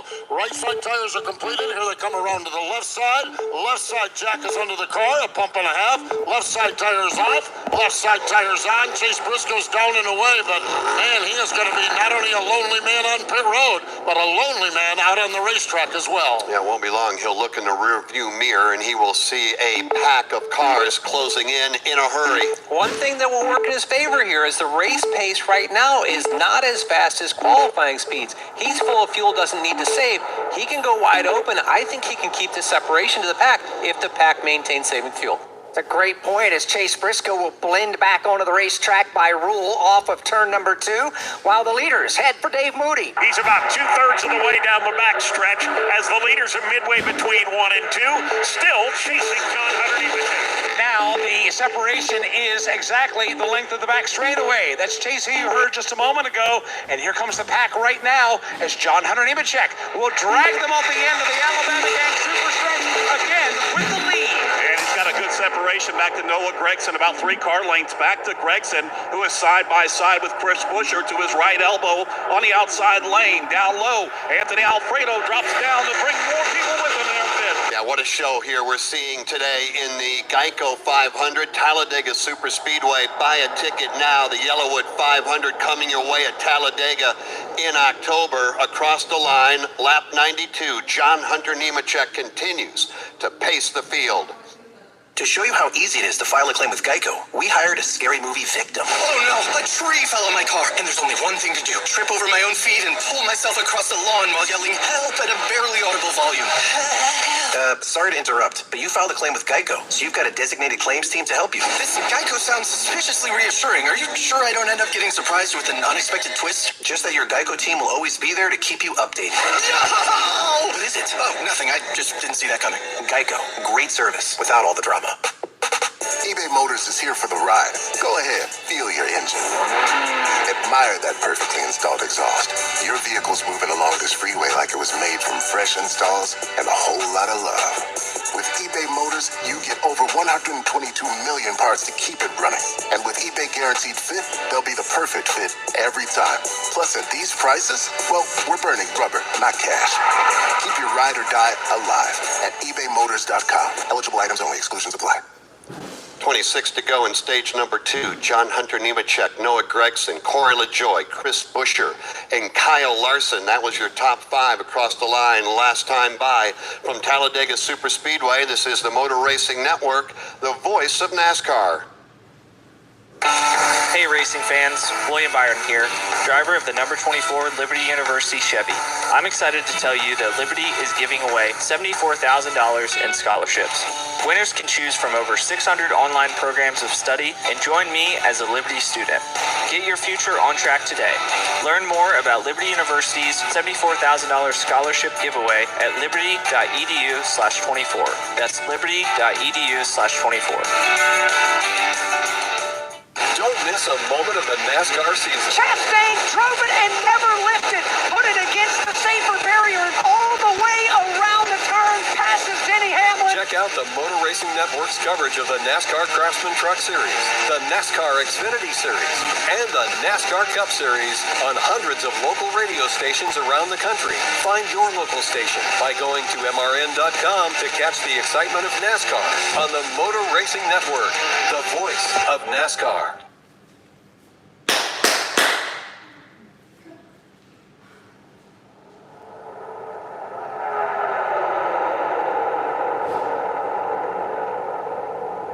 Haven't talked a lot about Denny Hamlin other than his mistake coming onto pit road when he spun on entry. But all of a sudden, Dave Moody, at the front of the field, it is indeed Denny Hamlin. Yeah, that FedEx Toyota. Well, now he's going to get shuffled back a little bit. And John Hunter Nemechek forges ahead, but Denny Hamlin is right back in the hunt. Yeah, Denny Hamlin back in the mix, and everybody's tightened up even more. 3 wide for the lead, 3 wide, about a dozen rows deep. Buescher, Gregson, and Nemechek on that front row. Old Denny Hamlin down to the bottom side. We'll have to get John Hunter Nemechek in front of him. He drops down to the bottom part of the racetrack. Noah Gregson in that second spot, about a car length further back. Third row outside is Buescher. Off turn number 4. Here they come back to the line. We have passed the halfway point here in the GEICO 500. A few thin, wispy cirrus clouds float overhead, trying to get a peek of the GEICO 500 without buying a ticket as the field rumbles to the corner. Here they come into turn number 1. It's still Noah Gregson down that middle lane. Just try to keep a nose up on that outside lane. John Hunter Nemechek down low. They are wheel to wheel for the top. No one breaking out into 4 wide territory. Everybody content to ride in 3 wide formation. Noah Gregson's turn at the front of the field. He's got Corey LaJoy, Kyle Larson, and Austin Dillon right behind him in the middle lane. And a big push from the outside lane this time from Todd Gilliland puts Chris Buescher out to the top spot. Brings the rest of that outside line with him. Now 10 cars on the outside. They're 3 wide off the corner. 3 wide racing once again at the Talladega Superspeedway. Here they come back to the tri-oval. 3 lanes wide at the front of the field. On the outside is Chris Buescher. Todd Gilliland giving him the push downstairs to his left elbow. Noah Gregson. Noah Gregson trying to stay with him, but he's going to fall back in that middle lane. Outside line has got all the momentum right now. Chris Buescher, the new leader, as they make their way off turn 2. Matter of fact, it's a 3-car breakaway, and the stacking up of traffic is from 4th on back. That's where Noah Gregson looks to driver's right. Shane Van Gisbergen is there. Here's Ryan Preece. He'll start a run. He wants to battle for the number 2 position. And Shane Van Gisbergen shoots out like a cannon to the top side of the racetrack, battling for that second spot as some drivers continue to jockey their way to the bottom part of the racetrack. Up front, it's Chris Buescher. Buescher leading the field here at Talladega. That makes us 42 official lead changes here at the start-finish line.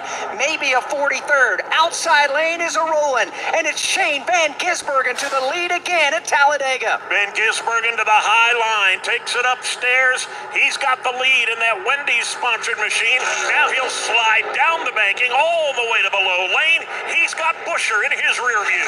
And now they're stacked up side by side for 3rd. Joey Logano has made it to the front of the field. Haven't talked about Joey a lot today, but he is there right in the mix. He is side by side right now with Ryan Preece for position number 4. Right back there on the outside. Now a 3rd lane again. Bubba Wallace gets a Toyota Brigade up on the top side. But up front, Shane Van Gisbergen has the top spot. Single file through the top 4. Boy, he is putting on a show here this afternoon. Just so much talent. Talking about Shane Van Gisbergen, who leads at the moment at Talladega. You referenced a moment ago, 43 different lead changes. Make it 44 at the line as Chris Buescher gets by. Now, we're not there yet to the record, but man, if we keep up this pace, it's going to be in danger of taking place here this afternoon. You're right. We're just past the halfway point in today's GEICO 500, and we've already had 44 official lead changes. The most ever here at Talladega Superspeedway is 88. That's happened not once, but twice. Both times in the month of April. It happened in 2010 and 2011. Right now, it is Chris Buescher out front. Shane Van Gisbergen got shuffled back to third. Todd Gilliland tucks in line right behind our race leader. When I was a kid, my grandpop used to say to my grandmom, "I love you to the moon and back." It always symbolizes deep love for her. So this Mother's Day, I've created a beautiful to the moon and back sterling silver diamond necklace. Go to IHateStevenSinger.com and see the silhouette of a crescent moon filled with sparkling diamonds, hugging a silver heart engraved with "I love you to the moon and back" right on the other side. See this magnificent Mother's Day gift now at IHateStevenSinger.com. It's only $98. Shipped for free. IHateStevenSinger.com. From the infield garages to the race shops, NASCAR Hot Pass is your all-access ticket to the latest news from the sport. Well, we got them down. Now we put our foot on them. That's the attitude you got to have. I don't think it's a move that can have any success in Martinsville. I still don't know why it worked. Stay up to date with all of your favorite drivers all year long. Get to the Final Four is what every driver in NASCAR's goals are. NASCAR Hot Pass, weekday mornings from the Motor Racing Network. We've got green flag pit stops on deck from Talladega Superspeedway. This is the Motor Racing Network, the voice of NASCAR.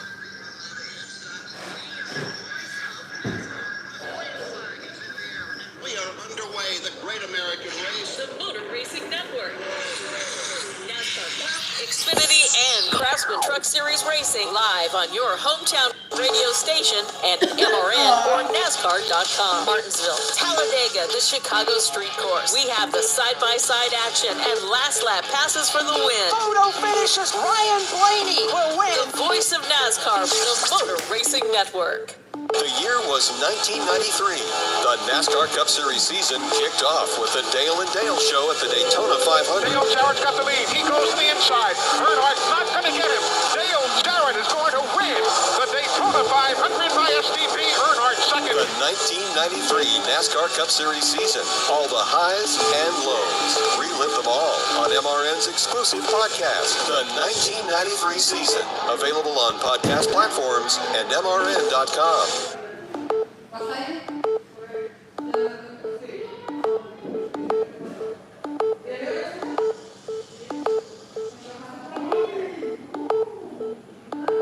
Green flag pit stops underway. Lap 102, steep post. Michael McDowell was in, as well as Brad Keselowski. Chris Buescher getting pit stops here on 102.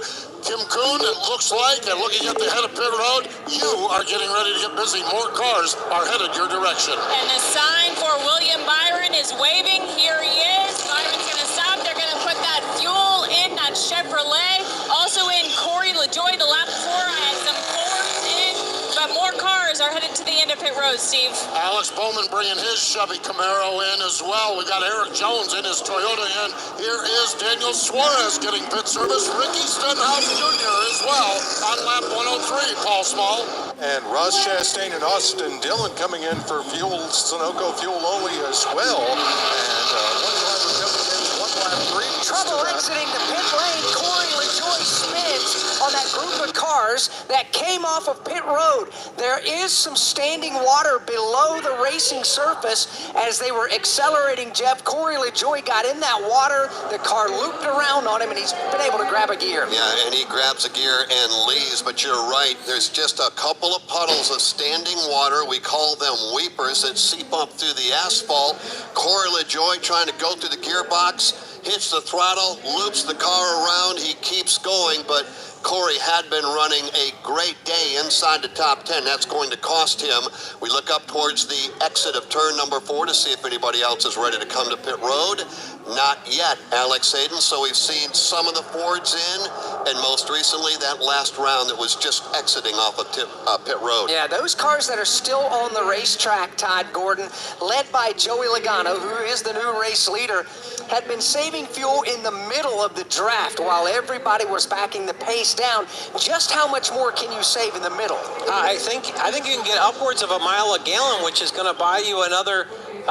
It's going to buy you another probably 7-8 laps where they can get out to. So be interesting to see how far they can stretch this. All right, we were waiting on now. Drivers have pitted on lap 65. Joey Logano, Austin Cindric, Justin Haley, Denny Hamlin yet to come to pit road, Bubba Wallace, Christopher Bell, Tyler Reddick, and others. So we still have cars that need to get onto pit road and get service. Question is, Alex Hayden, when will they bring those cars to the attention of their crew? We'll wait and find out, because that group of cars, Jeff, you just talked about, are 2x2 exiting turn number 4 right now. Here they come, and they're going to stay on the racetrack and keep their right foot on the loud pedal yet again in the tri-oval.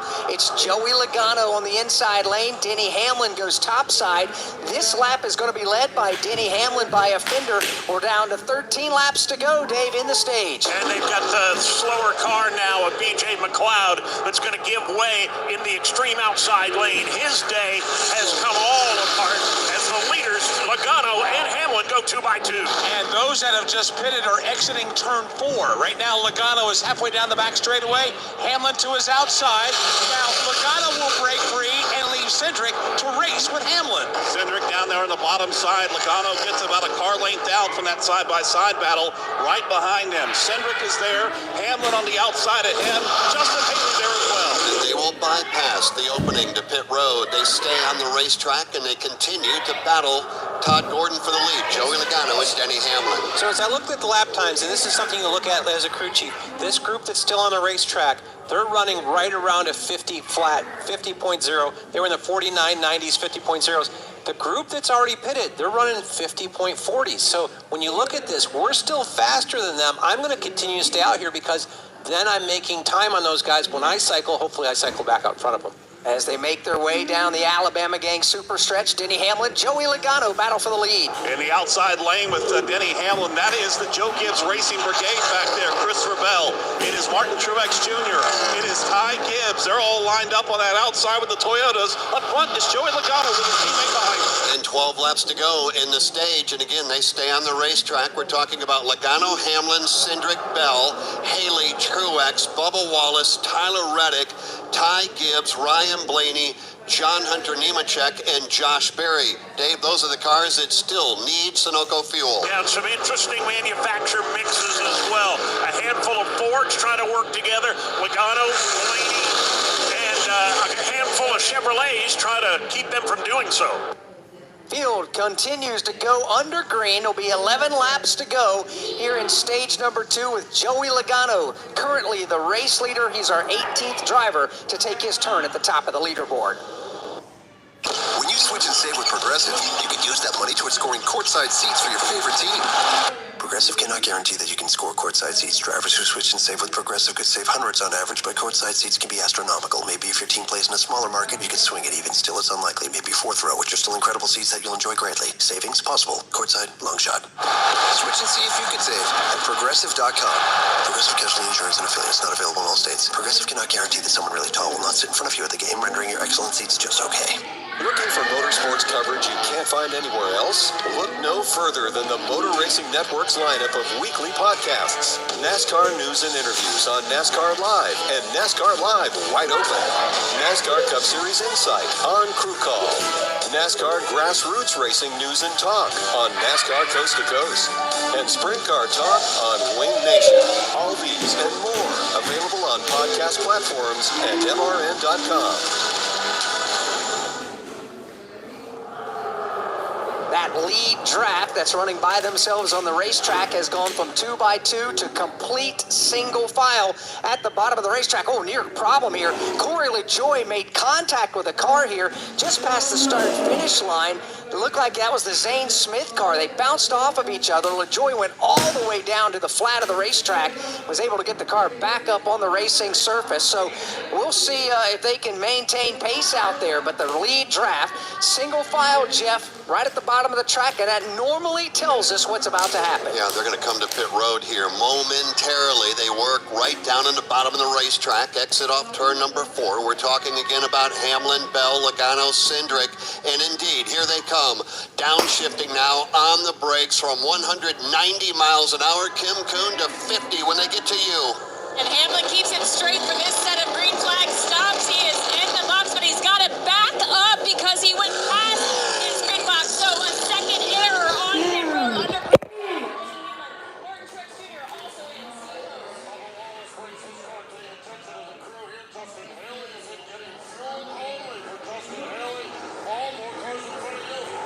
Tyler Reddick and Christopher Bell both coming in Sunoco fuel only. No issues. They're back out.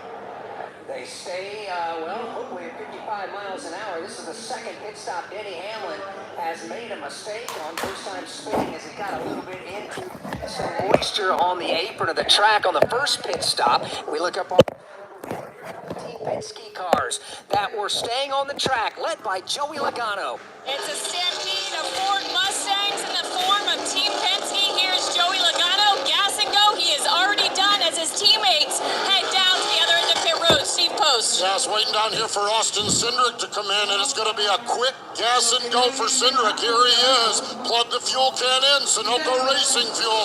2 seconds of Sunoco Racing Fuel.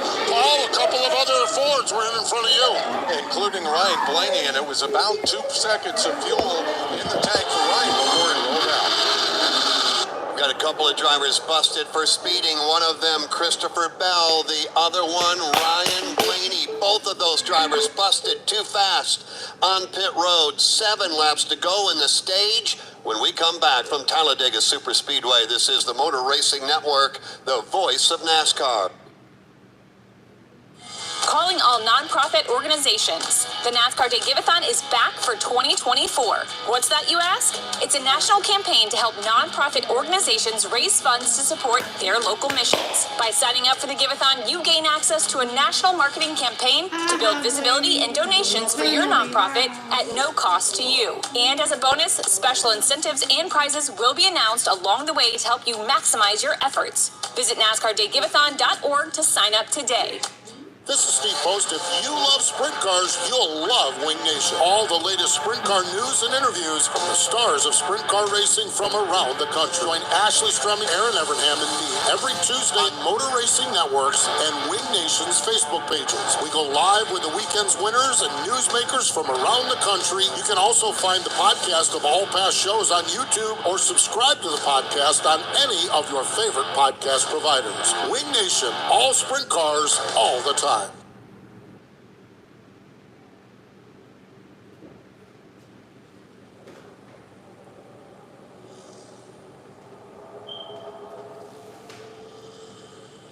Just 6 to go in the stage. Let's give you a quick look at the top 20 after pit stops presented by Blue Green Vacations.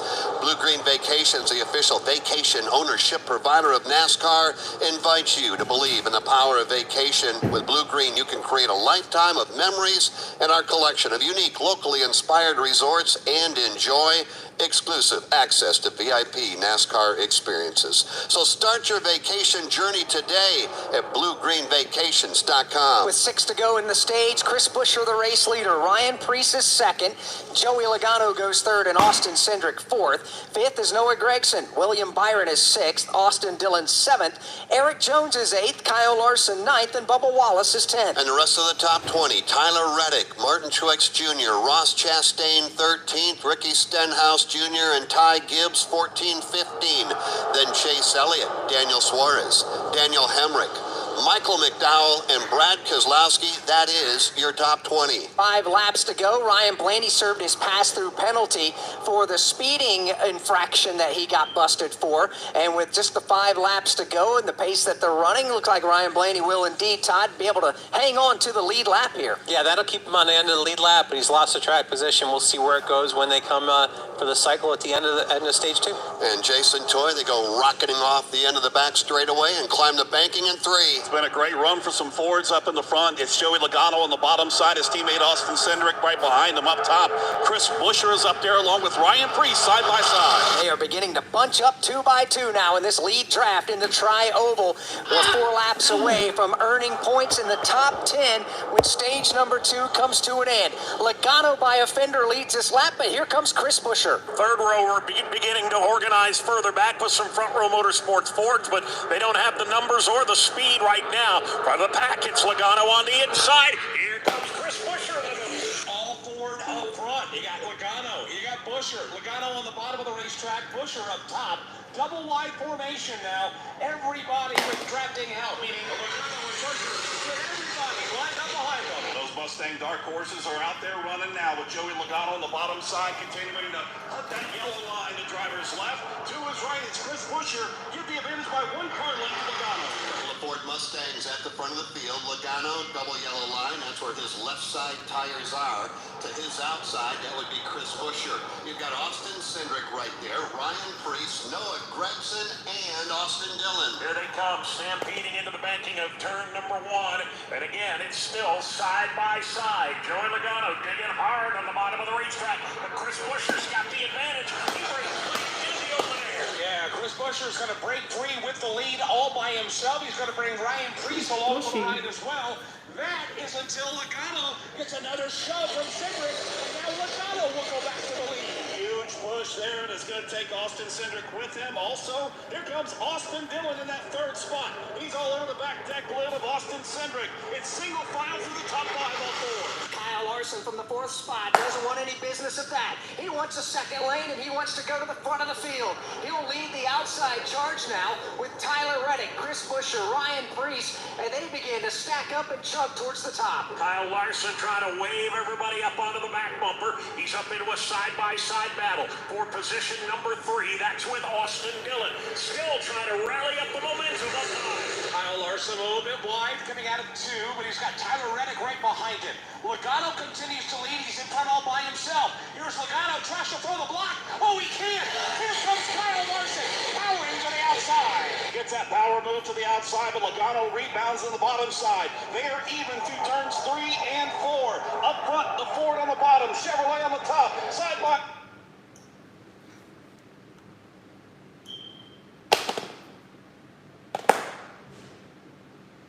Let's see here.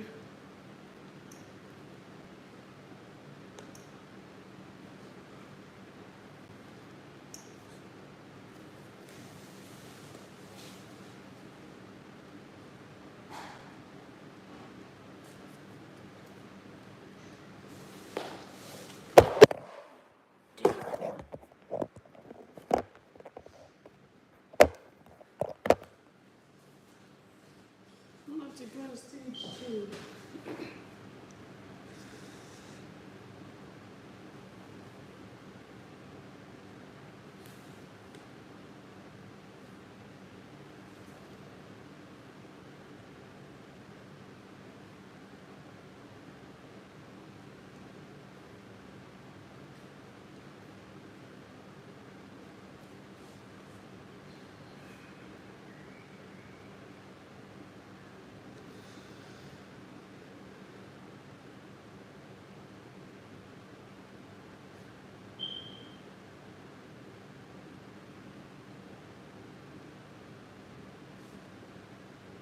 Okay, Logano, what's the stage?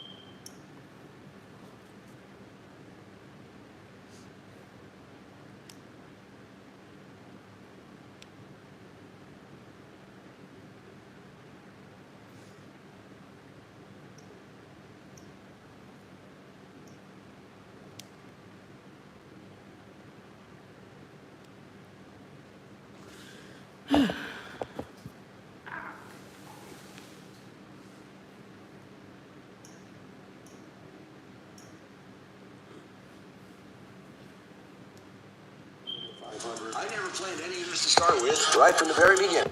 No matter what driver or what era is your favorite, NASCAR Live Wide Open has every corner of the fan base covered. Subscribe now wherever you listen to podcasts.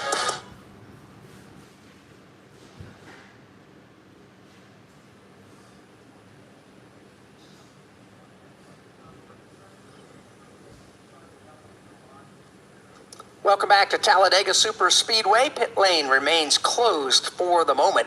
At least another lap or so as the field has been caught by the pace car now as they come through the tri-oval.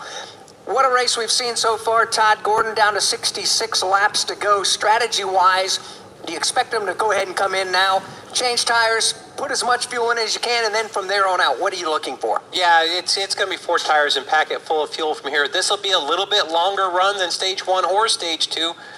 We've got probably 63 laps when we go green here. I would look for some of the same, but you've got to keep yourself positioning so that you're, as Ryan Blaney said in our Keys to Race, you want to be in those top 3 rows when you get to that last run. So I think we're going to see the guys go longer, probably a fuel-only stop, but we'll see where it plays out for them. And Ryan Blaney said that in the progressive keys to the race. Have yourself in position in those top 3 rows in the closing laps. But in order to do that, you got to have a good, clean final pit stop in those progressive keys to the race. Yeah, presented by Progressive Insurance. Insurance for motorcycles, boats, and RVs for protection on the road and on the water. See how much you can save at 1-800-PROGRESSIVE. And Progressive.com, the keys to winning. The GEICO 500, presented by Progressive Insurance. So right now, we'll have a caution flag pit stop. Doesn't mean the pressure is any less for the crew members down there on the pit lane. The entry to pit road may be a little bit easier this time, and that has been a bit of an issue. We've had multiple drivers get busted for speeding on pit road.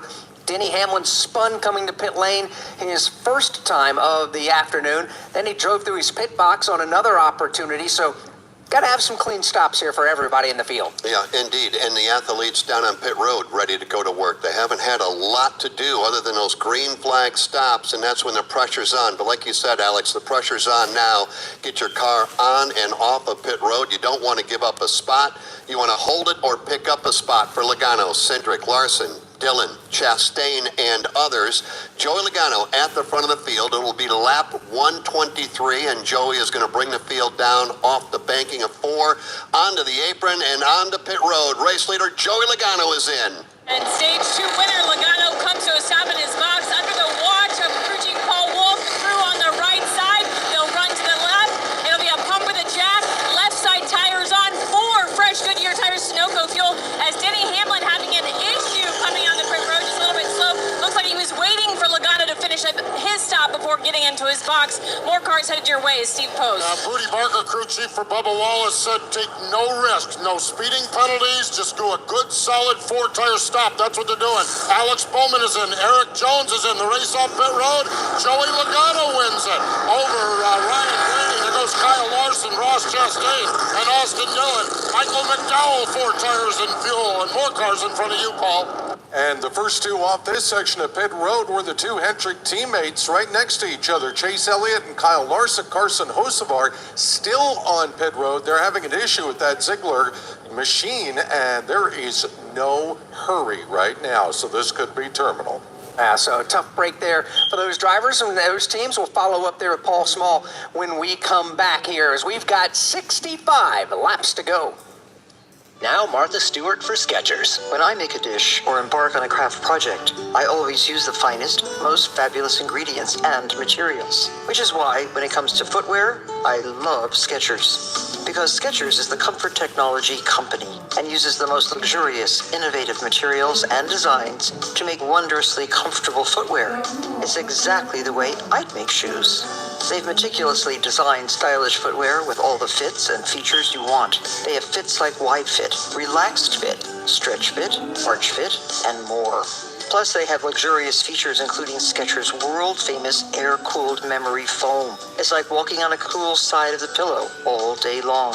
And best of all, they find a way to keep them affordable. You simply can't get more comfort and style for your dollar. So if you want the kind of footwear I'd create, get yourself a pair of Skechers. It's comfort with style and more. Find Skechers at a Skechers store, Skechers.com, or wherever stylish footwear is sold. From Talladega Superspeedway, this is the Motor Racing Network, the voice of NASCAR. Hi, I'm Ryan Blaney, a third-generation race car driver, and I dedicate a lot of my time going fast. But when my grandpa was diagnosed with Alzheimer's, it was a very unexpected bump in the road for us. It's important to notice if older family members are acting differently or having trouble with routine tasks. Early detection of Alzheimer's can give your family time to explore support services and access available treatments. If you or your family are noticing changes, it could be Alzheimer's. Talk about seeing a doctor together. Visit alz.org/time to talk. A message from the Alzheimer's Association and the Ad Council. The Tough Trucks of NASCAR, an exclusive podcast from the Motor Racing Network. On for today, green flag is in the air, and he will take the field quickly to turn one. Relive the moments of the NASCAR Craftsman Truck Series from its debut in 1995. Checkered flag in the air. Skinner wins with the inaugural for the NASCAR Truck Series by Craftsman. The legends of the NASCAR Craftsman Truck Series. Todd Bodine wins 4 in a row on super speedways. The Tough Trucks of NASCAR, available on podcast platforms and MRN.com.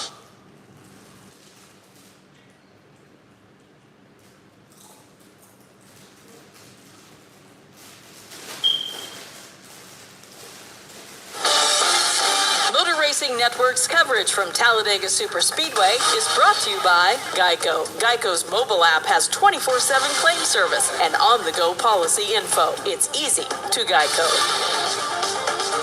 Back here at the Talladega Superspeedway, pit stops on this round have been complete. 63 laps to go in the GEICO 500 this next time by. They're bringing out the jet dryers and the Elgin sweepers down here. Earlier in the race, I made mention that Corey LaJoie, coming off of pit lane, spun the car in a little moisture down here. They're bringing the Elgin sweepers and a jet dryer out again while we're under caution to try to get that taken care of. You know, if you looked at the weather forecast earlier in the week, you would have thought, okay, well, we're not going to race on Sunday. We are indeed. Blue sky, sunshine. But overnight, we had a soaking rain, and it rained, I don't know, Alex, right up until about 10, 11 o'clock maybe this morning here. And then they put the jet blowers out and the Titans out, and they got the track ready to go, and we got started on time. But that does not mean we did not get a lot of rain overnight, and some of those weepers now are causing some puddles at the exit of pit road. Meanwhile, it looks like pit stops again, Kim, and I would imagine it's all about Sunoco fuel. It is. All these drivers topping off, including Ryan Preece, William Byron, Corey LaJoie on pit road, Martin Truex Jr. They actually hold him for a second, get that pack full of extra fuel. Dane Smith also down here, as well as Denny Hamlin. Oh, that didn't work for Brad Keselowski. As he was coming in, Daniel Suarez was going out. Keselowski had to swerve to the right, and now he's got him back into his pit box because he overshot. So Brad Keselowski is in. We mentioned Daniel Suarez, Michael McDowell was in, Bubba Wallace, John Hunter Nemechek, Chase Briscoe, all kinds of top odds for fuel. All, I'm assuming, more of the same in front of you. Yes, definitely. Tyler Reddick, Kyle Larson, Christopher Bell all in this section of pit road, topping off with Sunoco fuel. We've just gotten the one-to-go signal. The drivers have the opportunity to choose which lane they want to restart in, whether it be inside or out. At least those who stayed on the racetrack and did not come to pit lane, they got the opportunity to choose. That means the field is coming to the GEICO Restart Zone, presented by GEICO. Is your insurance playbook confusing? Make it easy. Switch to GEICO and get all your insurance coverage from one place. Go to geico.com today to get started. 62 laps will remain when we go back under the green flag, and that is going to happen now in less than a half a lap. Logano, Cindric, Chastain, and Austin Dillon. Kyle Busch completes the top 5. Noah Gragson, Harrison Burton, Cody Ware will restart inside the top 10. Josh Berry there as well. And Anthony Alfredo, I asked you earlier, has anything surprised you so far? 53 lead changes so far with 62 laps to go. Back in October, when we last raced here at Talladega, there were, 70 lead changes. So, nope, not surprised by that at all. I expect a lot more. And I know the ones that believe in all the hoodoo and all that kind of stuff are going to get on me for this, but the only thing that has surprised me, the 2 caution flags for 9 laps because of the 2 stage conclusions, and that's it. Don't say it, Alex. I knew Don't it. say it. All right, ready to go here. The Geico 500 Talladega Super Speedway, ready to go back under the green flag. And here we go. It's out. It's in the air. Ross Chastain on the inside. Joey Logano on the outside. Right behind Ross, that's Kyle Busch. And right behind Joey is, again, his teammate. It is side by side into turn number 1. Kyle Busch buried up under the rear spoiler of the Ross Chastain machine. The same can be said for the Ford teammates in the upper lane. Side by side for the lead. That 4-car breakaway has gotten some pad between themselves and the rest of the field, and as they get organized behind them, expect the front 4 to get gobbled up. Those behind the front 4 include Noah Gragson and Austin Dillon. They're side by side for fifth. Those 4 are out in a different time zone right now as Ross Chastain slides up to the top side of the racetrack to take over the top spot in front of Joey Logano. Kyle Busch down low, Austin Cindric to the outside. And that is going to force Kyle Busch now to move his car around just a bit. Looks like the front 4 are going to go single file in the middle of the racetrack as Ross Chastain has his car at the front of the field. Joey Logano and Austin Cindric bear down. The Melon Man shows the way into turn number 1. Logano, though, tucked right up on his back bumper now. Cindric riding in the 3rd spot. First man in the low groove, battling for 4th is Noah Gragson. Noah Gragson now will lead that inside line. Needs a little more drafting help, though. The outside line is where it is, and that line is right in the middle of the back straightaway, splitting the difference as Ross Chastain leads him back to turn 3. Leads him by a car length back into turn number 3 on the bottom part of the racetrack. Noah Gragson down there with him. Also, looks like Josh Berry is there as well. Down to the bottom part of the racetrack. Up front, it's the Mellow Man off board. Outside is Joey Logano, Austin Cindric, Kyle Busch. They've got it rolling on the outside, and here comes Joey going after Ross Chastain. He's going to get there at the line, side by side once again, Ford and Chevrolet. Inside line belongs to Ross Chastain. Top side belongs to Joey Logano. Both with drafting help, 6 or 8 rows deep. Mano a mano for the lead, Chastain and Logano. Ford and Chevy, wheel to wheel for the point. The Chevy of Chastain to the inside of the Ford of Logano. No 3-wide action inside of the top 20, maybe top 25. A couple of drivers are looking at it in the back of the pack, but they'll bail out now off the end of the back stretch. 2 by 2, bottom part of the racetrack with Ross Chastain, top side with Joey Logano. They are side by side all the way through the back end of the top 20 with the advantage going to Chastain. That 3rd car in the inside row is Josh Berry. He took a look to the inside of Noah Gragson, his teammate at Stewart Haas Racing. Not sure if he was just simply trying to get a little air to the radiator or not, but Josh Berry trying to make some noise in the inside of that row. Haven't heard a lot out of Josh this afternoon, but now that it's getting down to the final bits, he is right there in contention for the moment. He'll follow 3rd in line on the bottom. And Josh Berry's got Anthony Alfredo tucked up behind him, 4th in line on the inside. Up front, Logano leads the way by a fender, but here comes Chastain pounding his way back to the bottom, and Chastain goes back to the lead. Looks like 190-mile-per-hour pace lap, side by side, 2 by 2, all the way through the top 25. Right now with Ross Chastain on the bottom side. Has about a car length advantage on Logano. The top 9 cars stayed out. It did not come to pit road to top off on fuel. Logano, Chastain, Cindric, Noah Gragson, and some of the others. And again, a dead heat at the line with Chastain to the inside. Joey Logano continues to pound away at the outside. Joey's got real estate upstairs. He's running in that middle lane. He could move up another groove and a half if he wanted to, but right now he's content just to ride side by side, elbow to elbow with Ross Chastain. Everybody has been content to ride at the bottom, whether it's double wide or in some cases 3 wide. It's on the bottom of the racetrack that everybody, for the most part, at this point of the race, has been doing their work, and they continue to do it again this time through. Logano and Chastain up front, slowing the pace down just a little bit, trying to burn less fuel up there in the top spot. They're staying nose to nose off the corner. Single, matter of fact, double wide all the way through the field. They are indeed, Jason, as they rumble up off of turn number 4 yet again. Down to the line, 57 laps to go in the Geico 500. Ross Chastain on the inside lane will lead this lap by half a car length over Joey Logano. That's about as big an advantage as either one have been able to muster. Logano in the outside lane, Chastain down low. It's a bumper, a fender, maybe a half a car length. As I say that now, Chastain gets a bump from behind and he'll pull out by a car length. Matter of fact, Chastain will emerge into the clean air. The question is, how long can he hold it? About halfway down the back straightaway, because here come Logano again in the outside lane. Logano and company trying to take it back. Chastain trying to hang on to it. Austin Cindric buried deep in the back trunk deck lid right there of Joey Logano. Now the advantage on the bottom side once again with a great push from Noah Gragson on Ross Chastain. Puts both those drivers out in front of the field. Pace lap formation right now as they circulate around this 2.66 super speedway, the Talladega super speedway.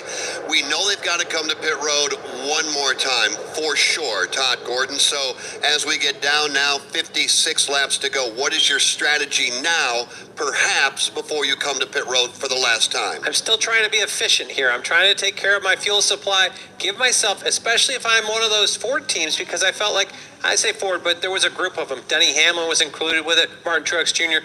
They stayed out longer, and they were able to get organized and actually run faster than the group that pitted earlier. So I want to put myself in that position, much like we saw in stage Treble off the end of the back straightaway. Christopher Bell into the outside wall. Also collected Justin Haley. Ryan Blaney, I believe, snaked his way through with no contact. This is the first Couple of other cars spinning to the bottom of the race. 50 something to go. I have to. That's sad. Anyway, guys, literally, we're like 50. What to go? Let me see. We have 56 to go, and there's finally a wreck, guys. What the heck happened, man?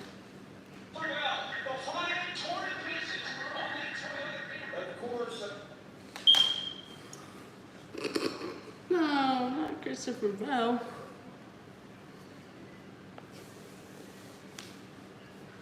That car finally is doing really good. What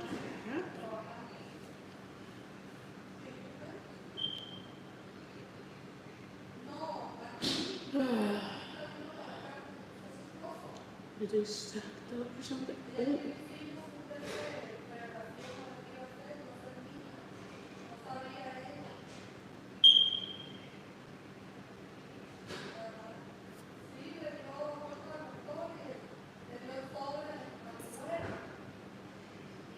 What the heck? How did they miss Blaney?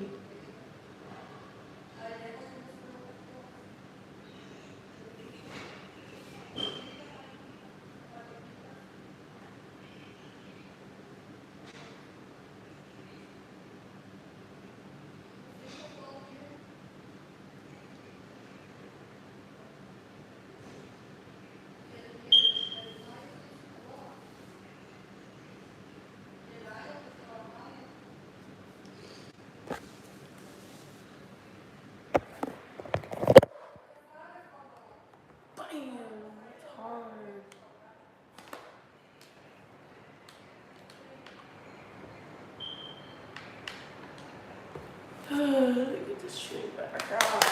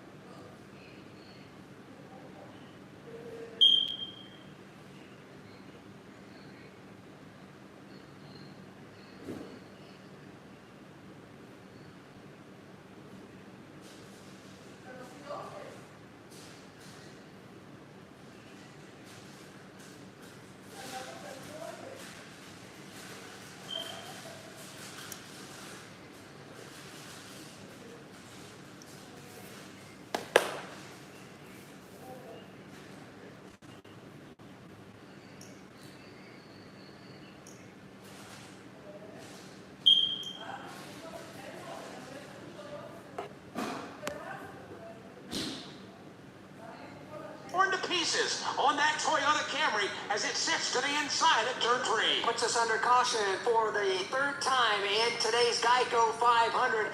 First accident we've seen, and it was a significant one for Christopher Bell. To show you how easy it is to file a claim with GEICO, we hired a soap opera star. Gracious me, my car has storm damage and I had to file a claim. Could it possibly get worse? Will my claims team leave me for someone else? Someone less intense? No. Actually, when you file a claim with GEICO, you get your own dedicated claims team who promises to stay with you throughout the process. Oh, I've never known such loyalty. I can't wait for the second season. GEICO, great service without all the drama. Are you ready for sights, sounds, and speed that'll shake you to your core? They're at your feet. Yeah, Ryan Blaney, even though he had contact with Zane Smith, he was still, ducking and dodging spinning race cars. Christopher Bell, most notably. Chase Elliott, he was right in the middle of that as well. He snaked his way through, and as these cars were spinning left and right, it's amazing the reflexes of these drivers that they tap into, that are able, with those cat-like reflexes, to work their way through some of the carnage that breaks through here at this racetrack. It really is, and since Jeff described the overnight soaking rain here at the Talladega Superspeedway, the grass area here that separates the tri-oval from the pit lane is absolutely a mud pit down there. We've just figured out. It's beautiful, the green grass and all the painted logos, but first car down in it today is now the car of Justin Haley, who could not get on the pit lane cleanly because of the damage to the race car. They just had to drag him out, and we can clearly see now just how much mud is underneath that car. Why don't we take a minute and talk about Anthony Alfredo driving the Beard Motorsports Chevrolet. You talk about big teams and smaller teams. Beard Motorsports employs a grand total of 1 full-time employee, Todd, under the ownership of Linda Beard. They field race cars for here and Daytona, a couple of other places we'll see them run. But when they show up with good equipment. They run at the front of the field, and Anthony Alfredo has had a tremendous afternoon so far. Yeah, for a part-time schedule and what they do, they pick the right places to come to. They know their kind of niche, and they've done a really good job when they show up. Anthony Alfredo led laps today, been pushed all the way there, and been up in the mix. It's going to be interesting to see how this can all play out for him in this final stage here. His best career Talladega finish in the Cup Series is a top 10 in the 10th spot. So he's a strong drafter. He showed it yesterday in the NASCAR Xfinity Series race, coming home with a top 5 finish. And we talk about our race fans at every track we go to around the country, Jeff. They're great, every one of them.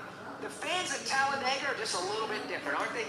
They were standing up and applauding and cheering and waving hats because Justin Haley finally was able to get his car out of the mud and crab walked his way with a beat-up race car to his pit box, and they saluted the effort. Gotta love the fans at the Talladega Superspeedway. Kim Kuhn, pit road is open. And the timing of this caution is perfect for Martin Truex Jr. because before he hit radio, he had a vibration and wasn't getting worse. But because we have this caution, the team will change tires on this stop while everybody, for the most part, is gassing go, with the exception of Brian Priest, also taking fresh sticker Goodyear, Steve Post. Oliverato's gone. Yes, and go. Josh Berry is out as well as Nolan Racing and Allison Cindric. We did have about 2/3 of the cars pit, but there's probably 10 or so that stayed on the racetrack. Paul, who put it in front of you? Josh Berry and Daniel Hemrick both took field only. Ryan Blaney taking the opportunity to put right side Goodyear tires on the Wabash car. Now, that's exactly what happened up and down the pit lane. Goodyear Eagles for some, Sunoco fuel for all. Hey racing fans, William Byron here, driver of the number 24 Liberty University Chevy. I'm excited to tell you that Liberty is giving away $74,000 in scholarships. Winners can choose from over 600 online programs of study and join me as a Liberty student. Get your future on track today. Learn more about Liberty University's $74,000 scholarship giveaway at liberty.edu/24. That's liberty.edu/24. Looking for weekly motorsports podcasts to stay up to date on what's happening on and off the track? The Motor Racing Network is the place. Hear from NASCAR crew chiefs on MRN Crew Call. All the happenings from regional touring series and local tracks on NASCAR Coast to Coast. Sprint Car Talk on Winged Nation. NASCAR history on MRN Classic Races. And hear from the drivers on NASCAR Live. MRN podcasts available on MRN.com, YouTube, or your favorite podcast platform. From Talladega Superspeedway, this is the Motor Racing Network, the voice of NASCAR. For 3 decades, Racing Electronics has been the #1 choice for scanners, headsets, and all race day communications needs. Racing Electronics provides the ultimate fan experience for the ultimate NASCAR fan. Hear uncensored communication from every team in the race with a scanner from Racing Electronics, or tune into the MRN radio broadcast. To learn more, visit racingelectronics.com today. Be race ready, be RE equipped.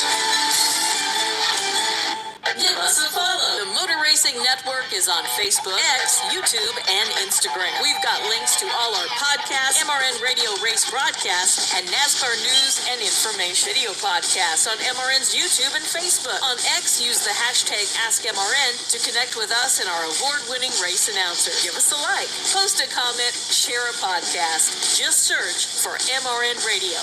The Motor Racing Network on all your favorite social media outlets.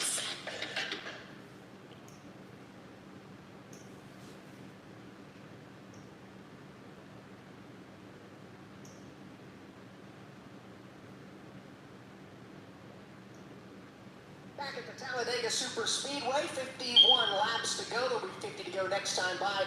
We haven't talked a whole lot about William Byron today, even though he's been inside the top 10 for a lot of today's race. They made their last pit stop a moment ago, Kim Kuhn. And they'll actually come back down pit road for 2 reasons. They'll top off with one to go, but then William came on the radio and said he had something kind of stuck in the right front wheel slap. They're going to pull that out when they top off. That report on William Byron is brought to you by Liberty University. Following William Byron's lead, it just got easier. Liberty University is giving away several scholarships in the LU24 $74,000 scholarship giveaway. Go to liberty.edu/24 for details. Back to the Care Center. Kim Kuhn is there with Christopher Bell. Yes, just released from the Care Center. Part of that incident, what happened? Yeah, I've got no idea. I just saw a replay and it just looked like a stack up in the middle lane, and unfortunately I was in the wrong spot. Tough day for Christopher Bell, done early at Talladega. Yeah, I mean, it is frustrating to simply be riding along, playing your strategy, and all of a sudden you get whacked in the right side of the race car from a car outside of you. Highs and lows of Talladega Superspeedway. We've talked about it a couple of times. You look at the high at the moment, Anthony Alfredo, who is going to bring his car onto pit road. Anthony Alfredo at the moment shown as the race leader. He will give that up. Other cars beginning to pit now. We'll start our coverage with Paul Small, the middle of pit road. And it is going to be Tyler Reddick and Kyle Larson along with Austin Dillon. They're coming in like a majority of the field here to top off with fuel. We're doing the same thing as well as Chris Busch and Steve Post. Yes, fuel only, and this is a top off of fuel, although Brad Keselowski's taking tires. Logano's the first one of these cars out with William Byron and Kyle Larson and Chase Elliott in hot pursuit. So 4 tires in Sunoco Racing fuel for Brad Keselowski, but virtually everybody else on pit road, there was probably 5 or 6 that stayed on the racetrack.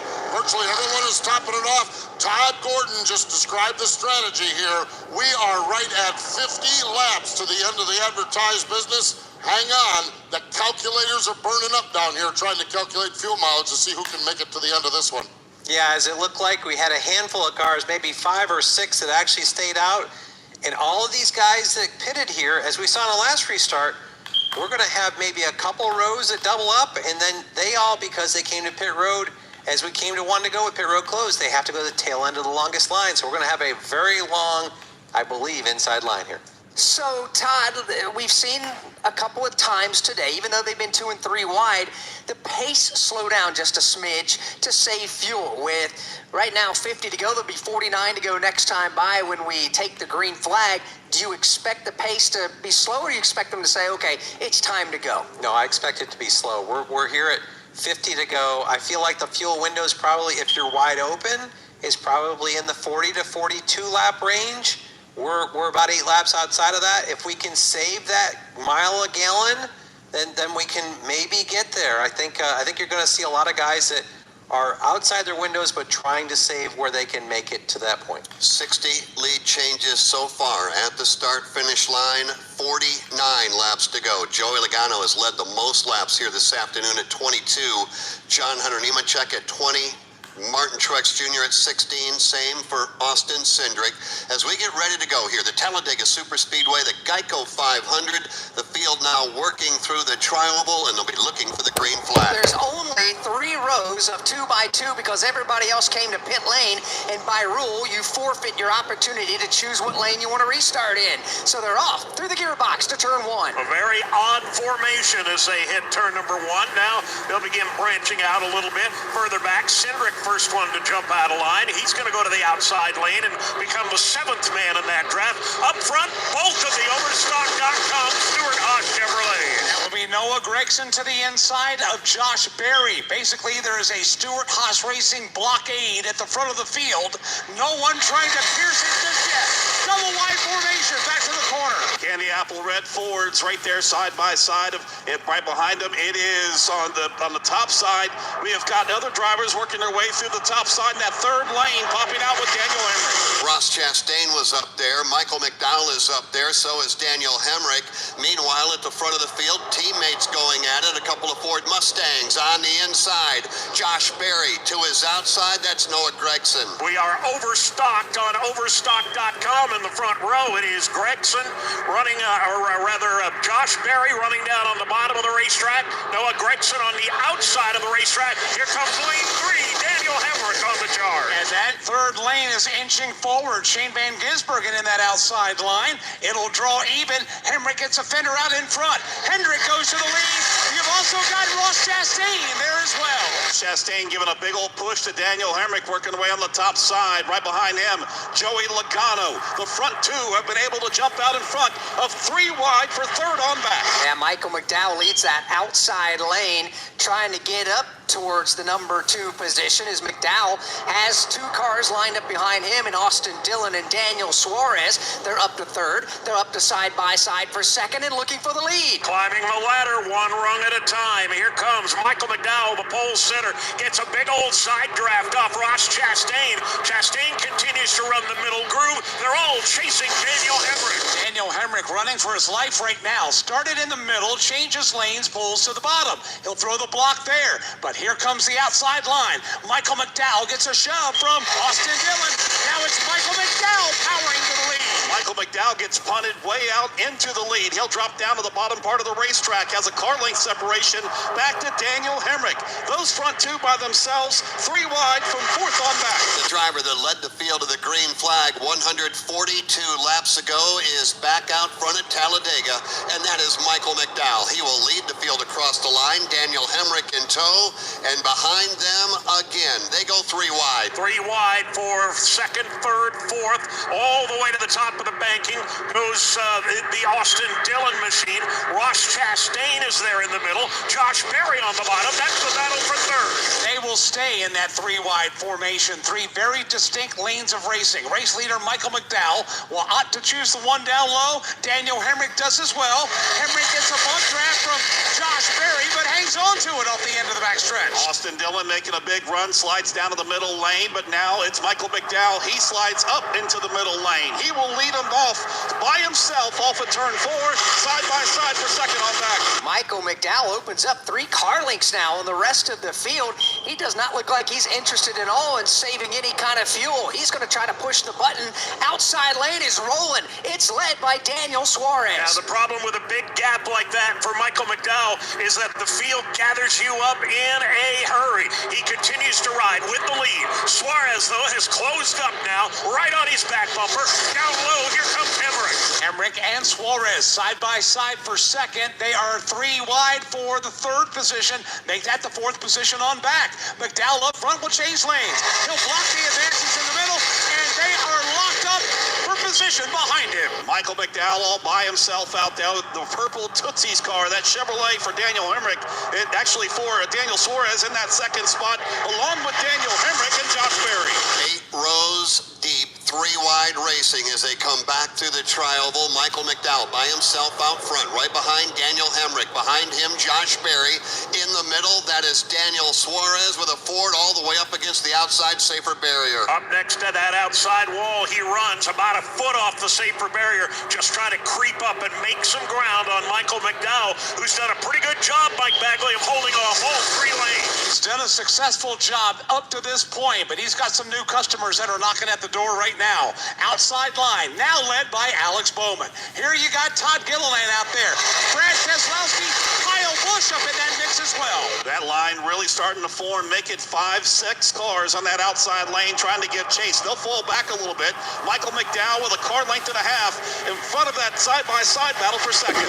That continues to be Alex Bowman in the middle of the racetrack, and Daniel Hemrick downstairs, that wheel-to-wheel battle for the number 2 spot. It continues to be Michael McDowell up front. Here's Josh Berry back in that inside lane for the number 4 spot, trying to go to the inside. McDowell has shown the ability of keeping this field at arm's length. You wonder how much fuel he may be expending in that effort. They are 3 deep behind him, about 10 rows back as they work off turn 2. Alex Bowman changes lanes. He'll lead the middle lane now, and that leaves Todd Gilliland to lead the outside. Gilliland is up to a 3-wide battle for second. Here he goes. He wants the lead. Brad Keselowski just shoving him off the end of the backstretch. This is what racing at Talladega is all about. 3 wide from second on back. Michael McDowell squirts it out there in front. Up top, it is his teammate Todd Gilliland with help from Brad Keselowski. 3 wide for second. 42 laps to go. Not everybody, though. Todd Gordon is running at the front of the field and racing 3 wide. You drop back. Bubba Wallace is out back. Truex, Ty Gibbs, Denny Hamlin, Chase Briscoe, Hocevar, Blaney, Ryan Preece, they're all running at the tail end of the field. And these guys are trying to save as much fuel as they can. Running back here, just doing what you can, taking the draft off this 3-wide racing. It's got them in a position where maybe they can make the mileage to get to where they want to. It's interesting to see the final 2 cars. You've got Ryan Preece behind Ryan Blaney. Had incidents last week, but as Kim told us, they had marshmallows this week, and Ryan Preece said Blaney's a guy I need to be behind pushing at the end of the day. And they have made up very nicely. We'll find out if their friendship will continue to blossom here as we get in the closing laps at Talladega. Oh, I cracked the hull of my new ski boat today. Oh my gosh, why'd you do that? It's not like I was trying to do it, you know.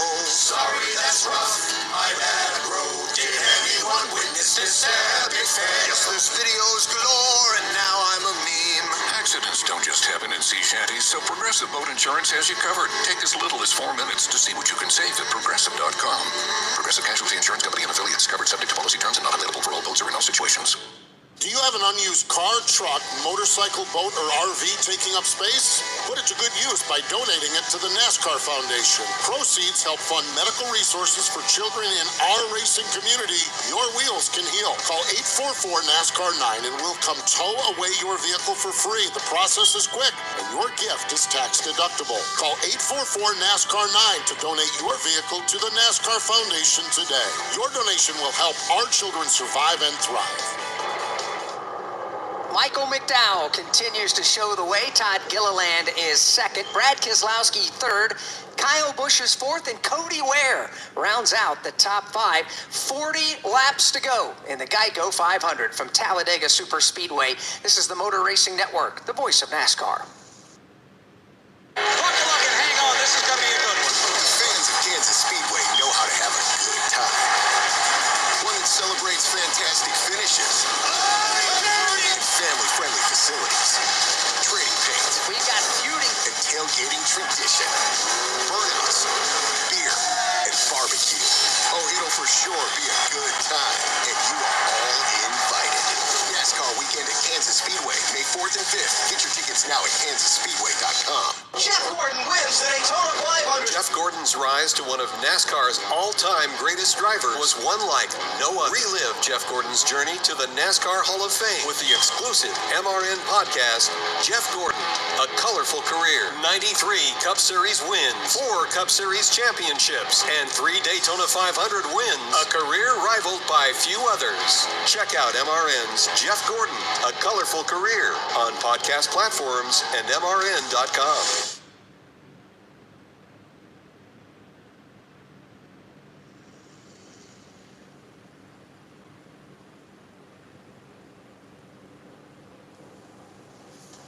different scenes of a movie, and we're seeing a different scene being played out right now in the Geico 500.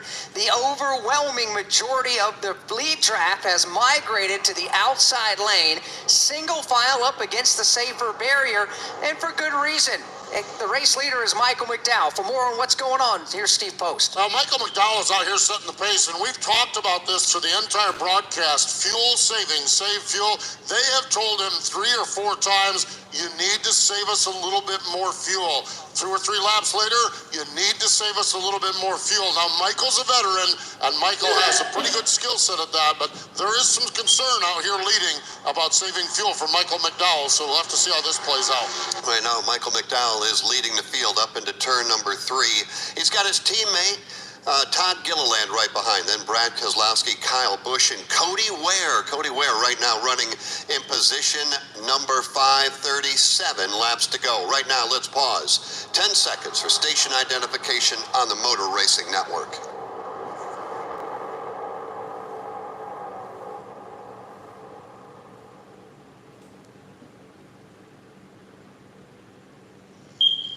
Six laps remain in the Geico 500 at Talladega Superspeedway, live on the Motor Racing Network. Michael McDowell right now pacing the field again with 36 laps to go. Next time by, my name is Jeff Striegel. Alongside is Alex Hayden and championship winning crew chief Todd Gordon. Out in the turns today on a beautiful day.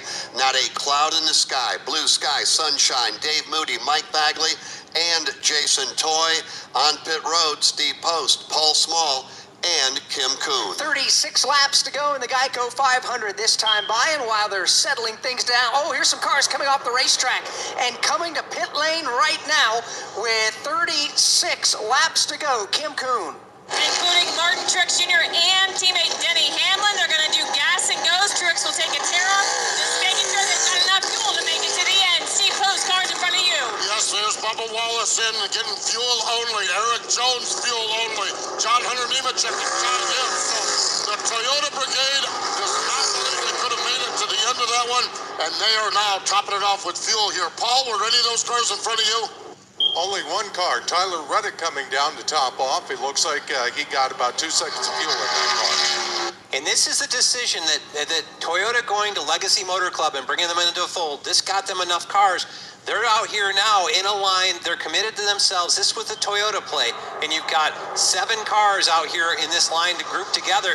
It's good to see them be able to make their own play here. So Toyota comes to pit road. They're the first manufacturing teammates to come on to pit road. 34 laps to go. Next time by, Ford's out front, led by Michael McDowell. So let's look at the leaderboard and how they're running. Presented by hands-free Skechers slip-ins. No bending down, no touching your shoes. Just step in and go with hands-free Skechers slip-ins. Right now at the front of the field, again, it is Michael McDowell. He has his teammate Todd Gilliland right behind. Front row motorsports go 1-2 at Talladega. Brad Keselowski, Josh Berry, Daniel Hemrick round out the top 5. Then you've got Kyle Busch, Corey LaJoie, Noah Gregson, Cody Ware, and Ross Chastain. That's your top 10. Shane Van Gisbergen is 11th, Ryan Blaney 12th, Daniel Suarez is 13th, Ryan Preece is 14th, and Kyle Larson goes in the 15th spot. They flash by and reshuffle the order. You've got Ryan Preece 16th, Chase Elliott 17th, Austin Cindric is 18th, Ricky Stenhouse Jr. 19th, and Chris Buescher is 20th. 21st now, Joey Logano, William Byron 22nd, Harrison Burton, Anthony Alfredo, and Chase Briscoe.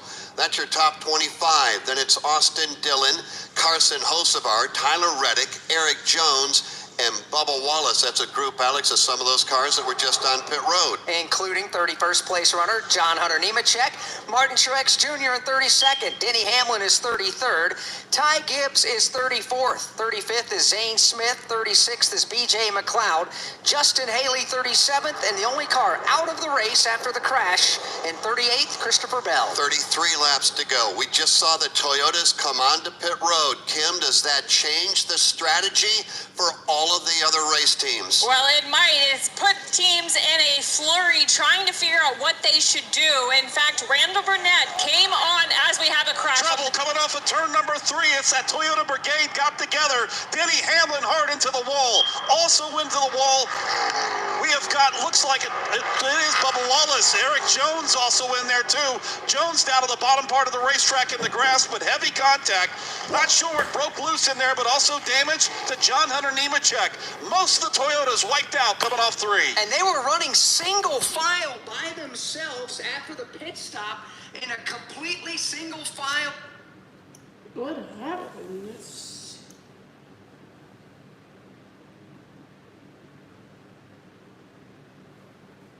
Holy... Oh, man.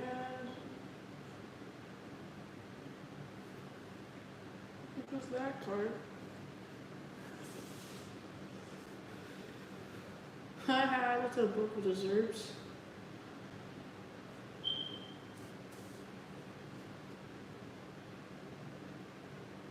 The safety truck. No, not Hamlin. Is he out? I think he's out. That's what Nemechek gets. You deserve that. I hate you.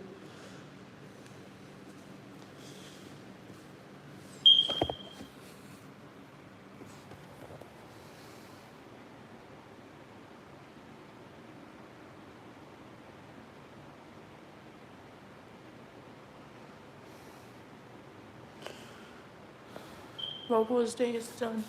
So.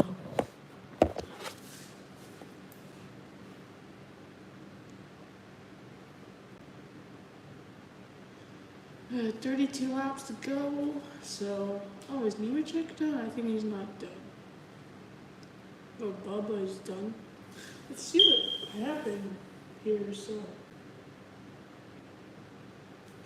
here we go into turns 3 and 4. I mean, turn 3. Oh, what?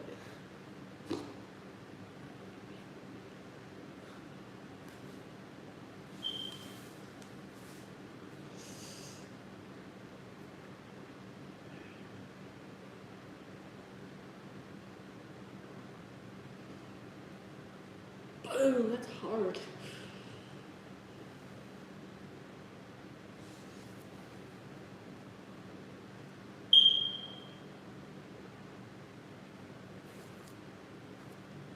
How board is this? Oh. Martin Twix. I'm just kidding, Martin Twix.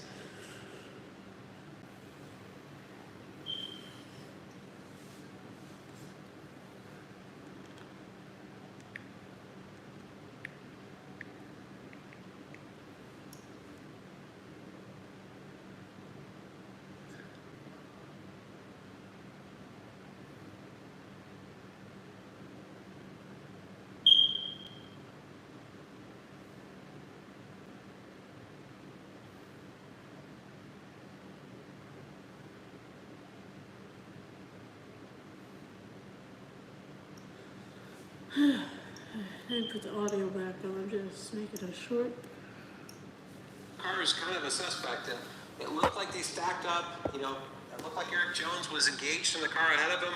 Bubba was getting a push from behind, and Bubba got to Eric, and it's just an accordion that kind of pinches the center out of it. It wiped out the Legacy Motorsports Club cars, both John Hunter Nemechek and Eric Jones, although John Hunter right now sitting down on pit road, also involved, Bubba Wallace and Denny Hamlin. Man, you think you've got the strategy, you employ it, you come to pit road as a manufacturing group of Toyotas. You think, all right, get out there, work together, run single file, run those guys down, put yourself in position to win. And a matter of 3 laps later, all of that strategy and, 4 of your cars wiped out. Yeah, that leaves you 3 race cars to battle the Chevrolets and the Fords now to try to win here at Talladega Super Speedway. Your problem has been exponentially, well, it's grown. The problem has for Toyota. You can't imagine the Toyota folks and TRD and everybody there. They're not happy at the moment right now, and you certainly can't blame them for what happened out there, running their own strategy, feel like they're in a good spot, and then they essentially single file wrecked themselves. Let's talk a minute about the safer barrier. We're going to do that here in just a moment. Eric Jones just shellacked it. We'll talk more about that in a moment. Pit road is open, and here comes everybody else. We see some of the Stewart-Haas Racing Fords are in. Others are in front of Paul Small.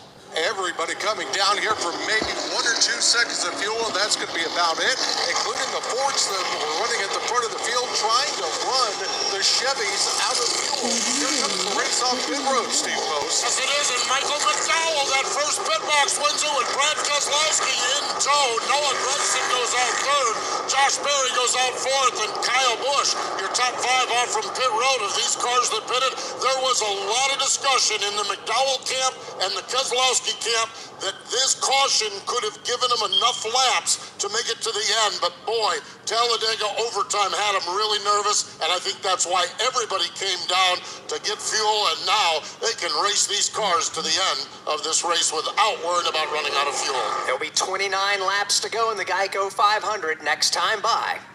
To show you how easy it is to file a claim with GEICO, we hired a scary movie victim. Oh no, a tree fell on my car, and there's only one thing to do. Trip over my own feet and pull myself across the lawn while yelling help at a barely audible volume.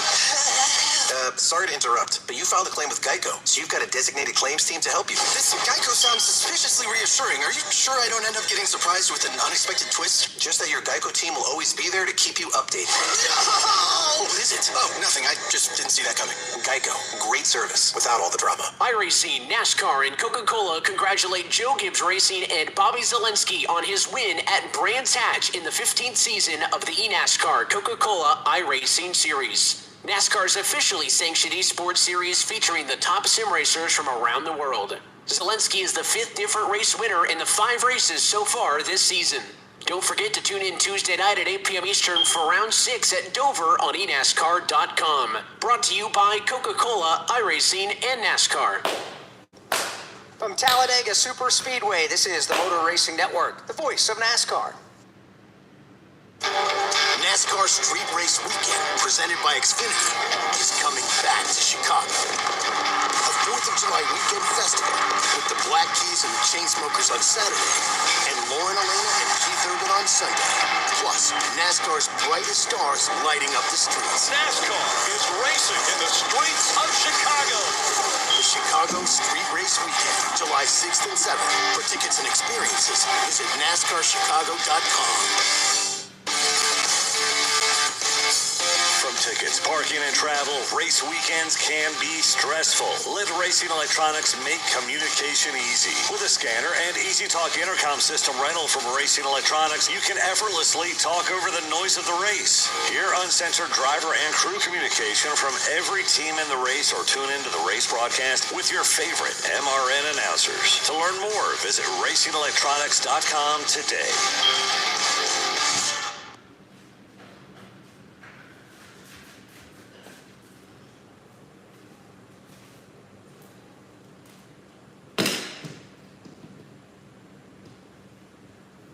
Back here at the Talladega Superspeedway, let's go down to the Infield Care Center in Kim Coon. Where Denny Hamlin has been released. After that green flag stop, the Toyotas found themselves in a single line and then melee. What happened?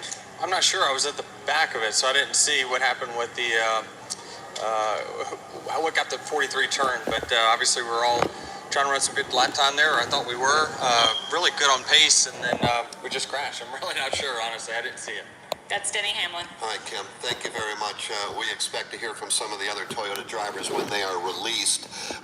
The safer barrier took a pounding. The safer barrier designed to flex, and man, did it flex. When Eric Jones shot up the racetrack, hit it virtually head-on, shoving that barrier back about a foot before it rebounded back into its original position. The safer barrier doing its job here at Talladega. It absolutely is.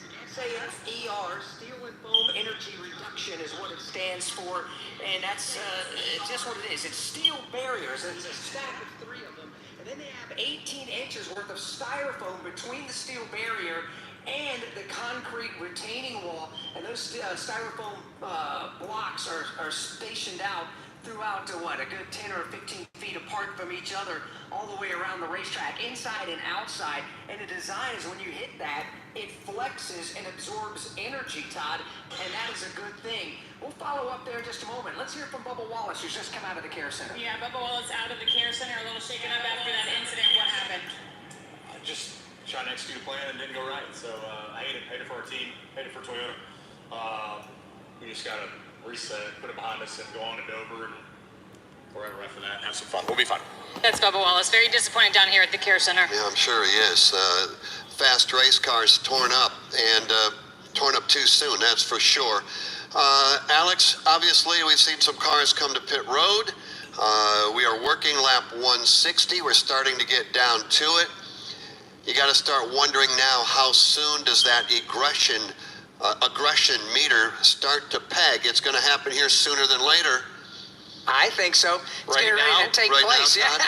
I think so. When the green flag flies, these drivers are going to try to get through the gearbox and jockey to get the position they need immediately. By the time they get up to full speed, then you're going to get a little more aggressive. We heard Ryan Blaney tell us in our pre-race coverage, in NASCAR Live pre-race, in the progressive keys to the race, you want to be in the top 3 to 4 rows of 2x2 minimum when you get down to the closing laps to have a shot to win this thing. He ought to know. He's done it 3 times. 27 laps to go. Next time by, we work under the caution flag. Downstairs to the postman for a moment. The cars that stayed out the longest, Tyler Reddick pitted on lap 152. He's the race leader. Others, Steve, as you know, topped off at 158. We may see others top off. Once they do we have enough fuel to go the distance? Yeah, we should be good to go to the end. And Tyler Reddick was the survivor of that Toyota strategy. So he was in at 152. And when we look at the amount of laps that we had here, we go to 188. So that's 36 laps. So Tyler Reddick should be good to go on that. And then the rest of them were all part of this most recent caution in there, this pit stop after all the Toyotas wadded them up down there in front of Jason Toy. So fuel should be in good shape for everybody at this point. 27 laps to go in the GEICO 500. Field works into the tri-oval and head back to the GEICO restart zone. Fans rise to their feet, cheer on their favorite driver, and the restart is a good one. Outside rows, those 2 Toyotas who stayed on the racetrack. Martin Truex Jr. pushing Tyler Reddick to the lead. Reddick in the outside lane will take the lead by a car length. Truex now will go side by side with McDowell. That's the battle for the second position.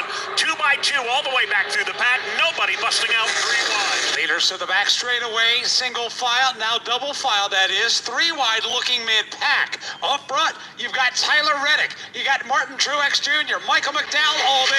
Keselowski gives the shove to McDowell. McDowell will grab the lead. Getting up to full speed now as they work their way into turns number 3 and 4 here on the restart. McDowell on the bottom side gets that kick from Brad Keselowski. Outside trying to hang tough is Tyler Reddick. 26 laps to go here at Talladega, side by side, front to rear, as they come back to the line. On the inside, Michael McDowell. To his outside, Tyler Reddick. Brad Keselowski right there. So is Martin Truex Jr. Haven't heard a lot from Brad K here this afternoon, but we know how he loves this racetrack, and it loves him back. He is to the inside now, challenging down low for the number 2 position. McDowell out in front by a fender. Keselowski now just trying to shove him out into the clean air so he can get a shot at the point. Can't do it though. Everybody in lock-tight formation.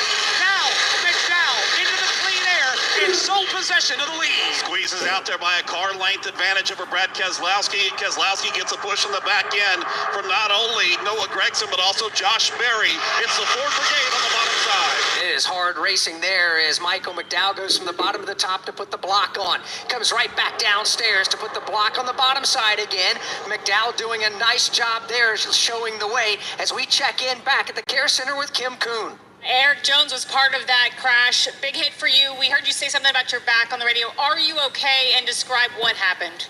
Yeah, I'm all right. I'm sore for sure. I think just really stretched out a lot of stuff that you don't really want to. So, be hurting probably tomorrow. But I'm all good. The 23 got us pretty sideways into 3, and, I just couldn't gather it up and ended up in the wall. So it's a pretty hard hit, but, we'll roll on. Unfortunately, ended our day trying to make a strategy work and had to really be aggressive. And unfortunately, it just didn't work out for us. But I'm all good and going from here. Good to see Eric Jones walk away after that hard hit. Thank you. cars now remain on the lead lap, 24 laps to go. Michael McDowell is out front. Behind him, side by side, Tyler Reddick and Brad Keselowski. Michael McDowell, the savvy veteran, he knows how to run up front on these super speedway races. He goes to the bottom to block one lane, goes to the top to block the other. Now right back down low in front of Keselowski. Now he'll shift to the outside in front of Tyler Reddick. Now he'll come back down in front of Keselowski.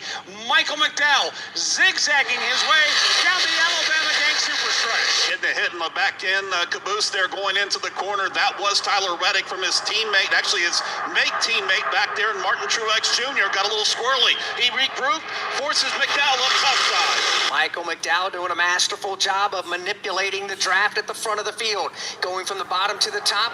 For him, it's a good thing there's only two wide right behind him. Third lane beginning to move on the outside, led by Daniel Hemrick. He may have 1/3 more trouble on his back bumper than he has right now, very, very shortly. Kyle Busch takes a peek up to that third lane, doesn't like the looks of it, tucks back in line. Corey LaJoie leads the car into the top 10. They are trying to work their way to the front as Michael McDowell continues in full block mode. Bottom to the middle. Now he's back to the bottom. Success so far for Michael McDowell at the point. Bobbing and weaving back and forth. This time he slides up to that middle lane, that second lane up there with Tyler Reddick. Has a car length advantage, slides back down across the nose of Keselowski all four. An outside lane has evaporated now and has dropped back outside of the top 15. It was rolling towards the front, not anymore. Corey LaJoie just has Daniel Hemrick back there. That's not going to work. Meanwhile, it's Michael McDowell out front and by himself. Continuing to show the way, and they are 2 by 2 now behind him, all the way back through the tail end of that lead pack. Michael McDowell shows the way again with a super stretch. Now for second, Brad Keselowski, Tyler Reddick leaning on each other. Coming out of turn number 2 is Michael McDowell again. Begins his lane hopping adventure. He is in the middle. Now he's back to the bottom. Here comes Brad Keselowski trying to get them both out front clear. That bright yellow Ford up there in the front with Michael McDowell. He now jumps out by 2 car lengths back to the side-by-side battle for second with Brad Keselowski, Tyler Reddick in there, also Martin Truex Jr. in there too. With 21 laps to go in today's GEICO 500. I'm what you might call very good at hide and seek. And since we got Xfinity, we have Wi-Fi all over the house, even in my super secret hiding spots. So I can kill time in here by streaming my favorite. Ha! Found you. How? You left Find My tablet on. Get wall-to-wall Wi-Fi on the Xfinity 10G network. Restrictions apply. Not available in all areas. Actual speeds vary.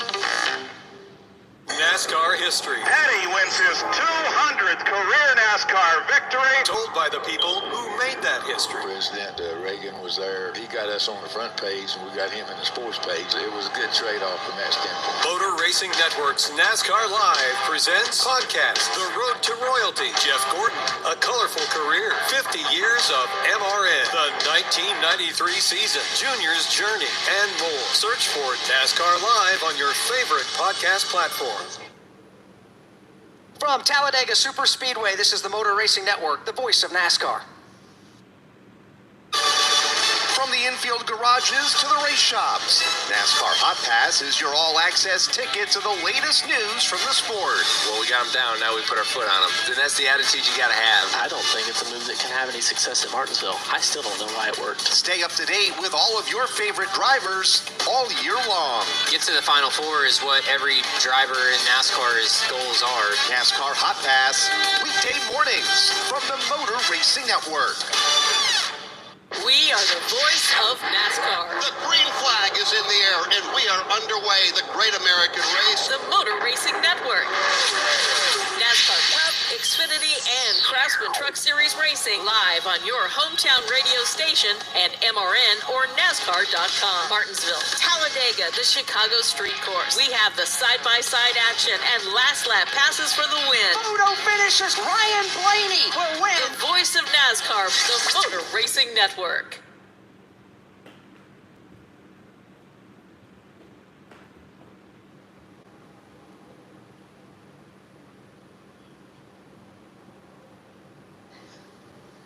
Michael McDowell's led the most laps so far today, 26. Jeff, he may not lead this one. Boy, what a race we have, and it's winding down quickly. 18 to go, and Tyler Reddick is right there to the outside of Michael McDowell. Right behind Michael McDowell is six-time winner here, and that is Brad Keselowski. 2 by 2 inches apart through turns 1 and 2. McDowell has fought off every challenge since the restart, but he's got his hands full of Tyler Reddick. No lane hopping this time for Michael McDowell. He is confined to the bottom of the racetrack because he's got Tyler Reddick to his right elbow. Each driver with equal drafting help as they continue to stack it up back to the corner. Toyota's on the outside, Ford's on the bottom side. Michael McDowell leads the way. Tyler Reddick to his right elbow. Brad Keselowski right behind him. And then it's Martin Truex Jr. on the right side for that fourth spot. They are side by side. Nobody is saving fuel now. They're tightly bunched right together in the bottom of the racetrack. 2 by 2 through the entire lead draft. Tyler Reddick by a nose will lead this lap, but Michael McDowell rallies back. And you know it's only a matter of time till somebody back outside the top 10 says, the heck with this 2 by 2. There's a lot of open real estate up top. So far, they'll stay 2 abreast. No takers this time, at least coming off turn number 2, as Tyler Reddick, fender out in front. Compliments of drafting help from Martin Truex Jr. But here comes Michael McDowell back to the bottom and back to the lead.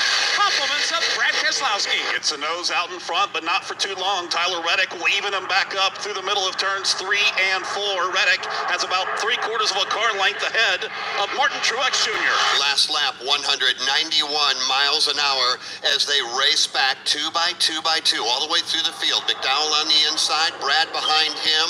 Then you've got Josh Berry right there, Noah Gregson. That's the inside lane, Dave. They have lit the afterburners now. No saving fuel, no feathering the throttle. Mash the gas all the way through the firewall. Here they come, still 2 by 2. McDowell and Reddick. All the way at the tail end of the field, there is a third lane brewing. Chris Buescher and Harrison Burton have stepped out of line. But the problem is, they're all the way at the back, and nobody is jumping up into their lane in front of them. Everybody holding their cards close to their chest right now because Tyler Reddick has jumped out to the lead, but back inside, Michael McDowell gets a monster push this time from Brad Keselowski to shoot him back out on top. And he will move to the outside, dirty up the air across the nose of Tyler Reddick's Toyota, come right back down to the bottom, do the same to Brad Keselowski. Michael McDowell doing a heck of a job. Dave, it's amazing what they do at nearly 200 miles an hour. Look out front, but also keep an eye in the mirror. It's like he's conducting the orchestra right now, up and down, left and right, doing exactly what it takes to keep the field behind him. One mistake, he'll be out of line and in 15th place. Now he's back to lane hopping. He started at the bottom. He's going to jump up in front of Tyler Reddick and shut that lane down. And as the inside lane approaches, Michael McDowell will ease back and cap off that inside line. The setting sun back in the west, casting a shadow in turn number 4. McDowell of the sunshine into the shadows takes the lead. 1 car length back to that side-by-side battle for second. All right, Joey Logano right now running 14th, championship winning crew chief. Todd Gordon worked with Joey. If you're on the box right now, do you want your driver to pull out a line and start forming up that third lane? I think here in a few laps, you're going to start to see that. I think you look at it, you've got Austin Cindric, Joey Logano, Brian Blaney's not too far behind them. I could see the Fords pulling up to that third lane inside of 10 to go. With 10th on back, we're going to find out right now, Mike Bagley, who wants to win this race. Somebody's going to have to go. Somebody's going to have to jump out of line, but right now is not the time. The time for Michael McDowell is to do another lane change. He threw the block on Reddick, now he's back to the bottom, and it may cost him. Zigzagging his way through this time. He zagged down to the bottom, and the zig on the top side is going to go to the hands of Tyler Reddick. He's going to slide up there, cut off that. Matter of fact, even up with McDowell. 67 lead changes at the start-finish line. 13 laps to go. Tyler Reddick by Michael McDowell. Move Reddick to the point. Here comes Truex. Here comes Ty Gibbs. That outside lane is rolling. The log jam has finally broken in favor of Reddick, but don't put it in the bank yet. Back comes Michael McDowell. He will flex some muscle. He goes back to the lead at the exit of turn 2. Michael McDowell brings that bright yellow Ford to the bottom of the racetrack with sole possession of the lead. The question is, can he keep it? No. Here comes Reddick back to the top, but Keselowski will give McDowell a pop and keep him at the point. It's like a heavyweight heavyweight battle back and forth here. McDowell will go to the front this time. 1 car length separation back to that side-by-side battle for second. Further back, Chris Buescher trying to make that third lane work. He is, and he's trying to get somebody to go with him, but right now he doesn't have a whole lot of help on that outside lane. They're going to be stuck all the way at the tail end of this one. McDowell continues to show the way. We're down to 12 laps to go. Chris Buescher just waving those pom-poms for all he's worth, trying to cheerlead somebody into going to that third lane with him. Nobody takes the bait. He'll drop back in line as Michael McDowell leads them again to the back stretch. So the entire field is back to double wide formation. Michael McDowell continues to be the maestro up front. He is in the outside lane. He'll pull back to the bottom. He'll seal off the advance from Reddick and company in that outside line. And Reddick trying to get a push this time from Martin Truex Jr., who falls back a little bit. He's got Ty Gibbs behind him. That allows McDowell to get away. 1 car length back to that side-by-side battle for second. One by one, the crowd here at the Talladega Superspeedway beginning to come to their feet, anticipating one whale of a finish. Right now, it's McDowell controlling the field. Brad now all by himself for second, trying to figure out a way by McDowell. Brad Keselowski all alone in that number 2 spot. Tyler Reddick has fallen back into a side-by-side battle with Noah Gragson for position number 3. Reddick gets a shove from Truex. Here comes Reddick on the comeback trail. The front 2 were out in front by themselves, but here comes that outside line again as McDowell will move up to block the advance. McDowell back to the bottom. Reddick gets another shove from Truex.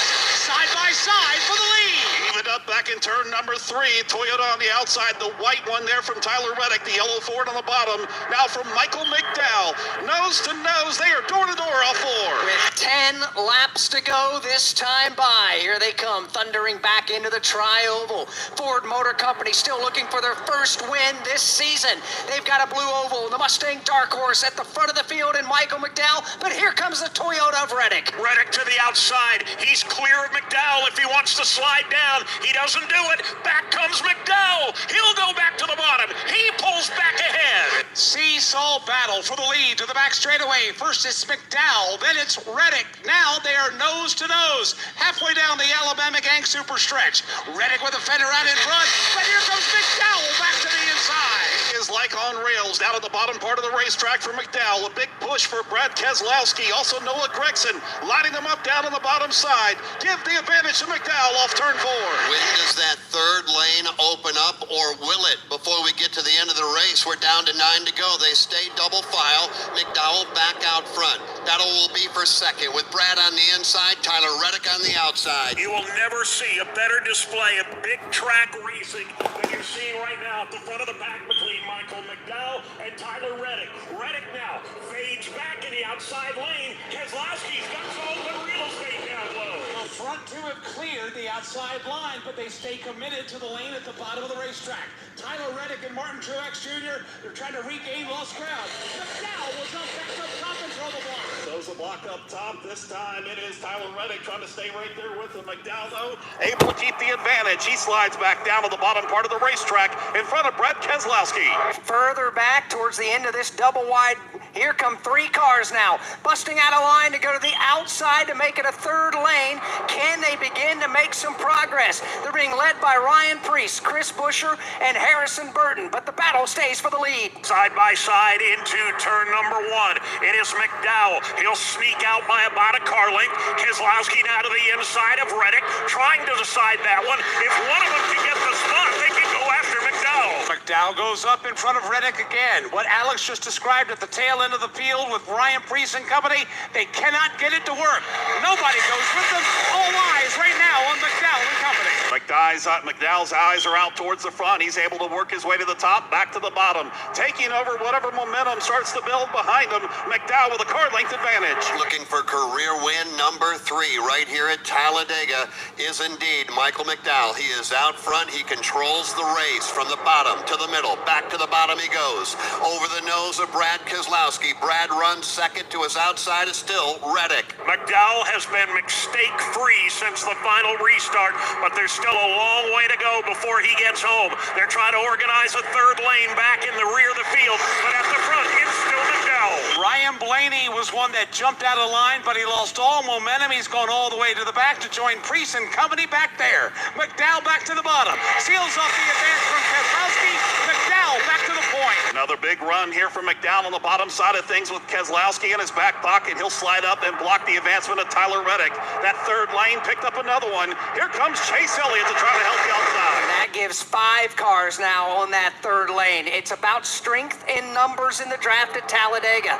They still have a lot of real estate to make up, however, as McDowell at the front of the field continues to keep everybody at bay. Brad Keselowski has been a perfect manufacturer teammate so far to Michael McDowell. There's going to come a time where that cooperation comes to an end. For the moment, it's still McDowell leading the way. Sole possession of the lead. That allows Michael to change lanes again. He'll lead the bottom. He is now throwing the block on Tyler Reddick. He right now is in the middle of the racetrack. McDowell slides back to the bottom. Here comes Reddick with a head of steam to the outside. He gets a great push on Martin Truex Jr. as they go side by side. Second, matter of fact, the front 4 rows there. Here comes that third lane up to 10th. And they are rolling, Jason Toy. That is led by Chase Elliott. They were out back. They're not out back anymore. They are trying to make their way into the top 10. We follow Chase Elliott as he works the extreme outside lane. Chase Elliott saddles the horse and goes to the whip. He's still got some work to do. Still back around 15th place. Shane Van Gisbergen's going to slide up in front of him at the front, side by side for the lead. Here comes Tyler Reddick. Tyler Reddick inches out in front from the middle lane out of turn number 2. Matter of fact, Truex just shoving him for all he's got. Michael McDowell hard at it back to the bottom. Here come Keselowski and McDowell throwing even with Reddick and Truex. Continue to fight it back and forth here for the top spot at Talladega and away to victory lane. Michael McDowell, Tyler Reddick, nose to nose through the shadows of turn number 4. And it's Shane Van Gisbergen now leading the outside charge, and they're making some hay. They're up now to about the 15th position. They've got 6 cars lined up on that third lane. Meanwhile, at the front of the field, Tyler Reddick, Michael McDowell wheel to wheel for the lead with 4 laps to go. Inches apart for the win at Talladega Superspeedway. Third lane still back around 16th place. McDowell surges back out into the lead. He's got it again off turn 2. They are doing all they can to get that third lane rolling again. Shane Van Gisbergen, the one that's leading it, but they can't make the progress they need to make. Until now, it begins to kick in. Here comes Elliott, shoving SVG at the outside. They go from 10th to 8th right now, side by side with Kyle Busch. Put SVG up in the battle for that 6th position on the outside. Up front, side by side for the lead at Talladega. 3 laps to go in the Geico 500. Here they come, back down to the tri-oval. Middle lane led by Tyler Reddick. Inside, charging along is Michael McDowell. Outside lane, back around the 11th spot. That's Shane Van Gisbergen. Third lane. Okay, where to go?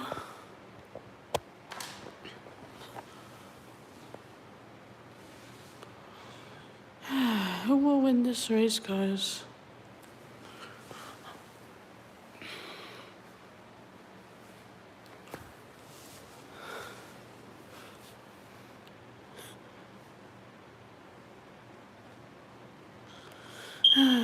Ooh, what a run for Shane.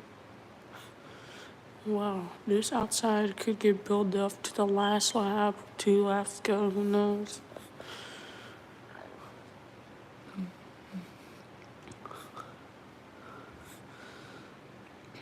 Come on, Chase, push.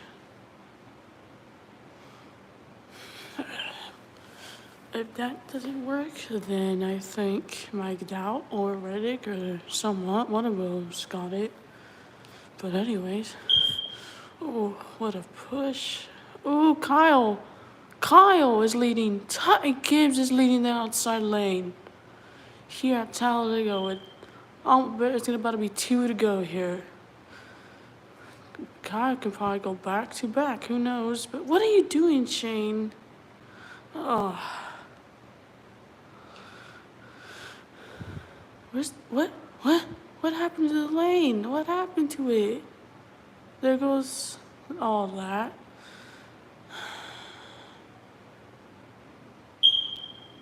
Yeah, there goes the lane.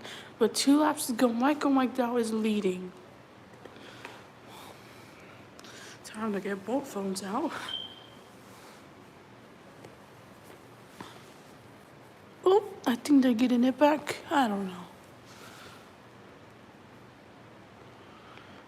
Here we go. Gotta reach the white. Who will win the Talladega race? Michael McDowell's been good all day here at Talladega. Here's the white flag one more time around here at Talladega. 1 lap to go here at Talladega. Who will win this race? Oh, what kind of car is that in the way? Anyways, Michael McDowell's leading. Reddick in the other lane. I hope McDowell wins or Brad or Truex or I almost said, sorry, I said Harvick. I mean Barry or, I almost said Eric Amaro. I mean, anyways, Brad with the big push to Michael McDowell.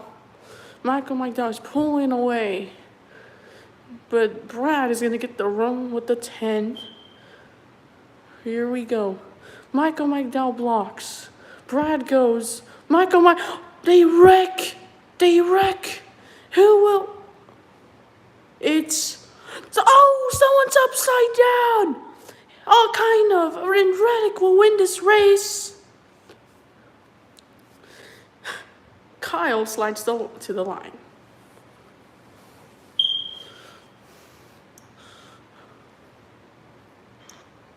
And there goes McDowell's car.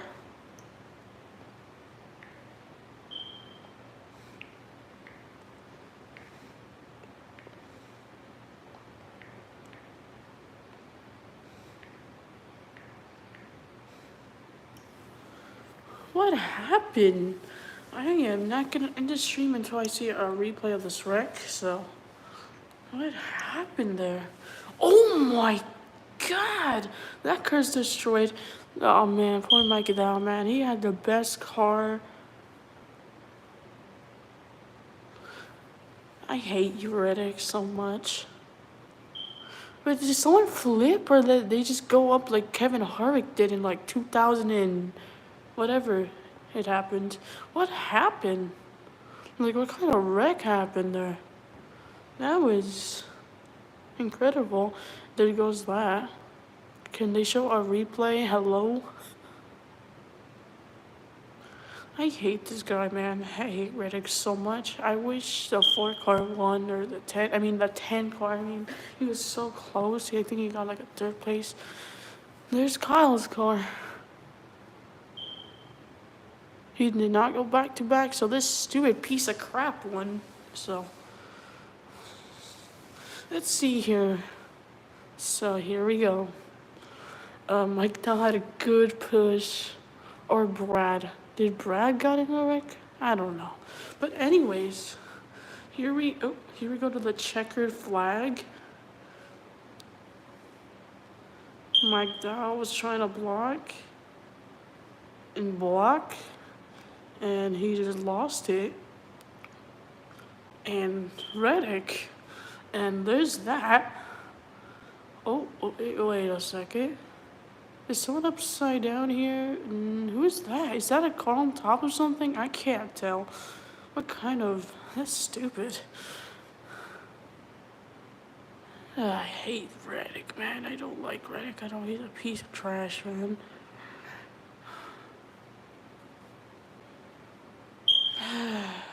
That's stupid. I hate Reddick, man. He doesn't deserve this. Gregson with the 3rd place finish with his teammate in 4th in the 4th car. Brad is 2nd. What the heck, Brad? What is that? See you later, guys. I hate this race because of this winner right here.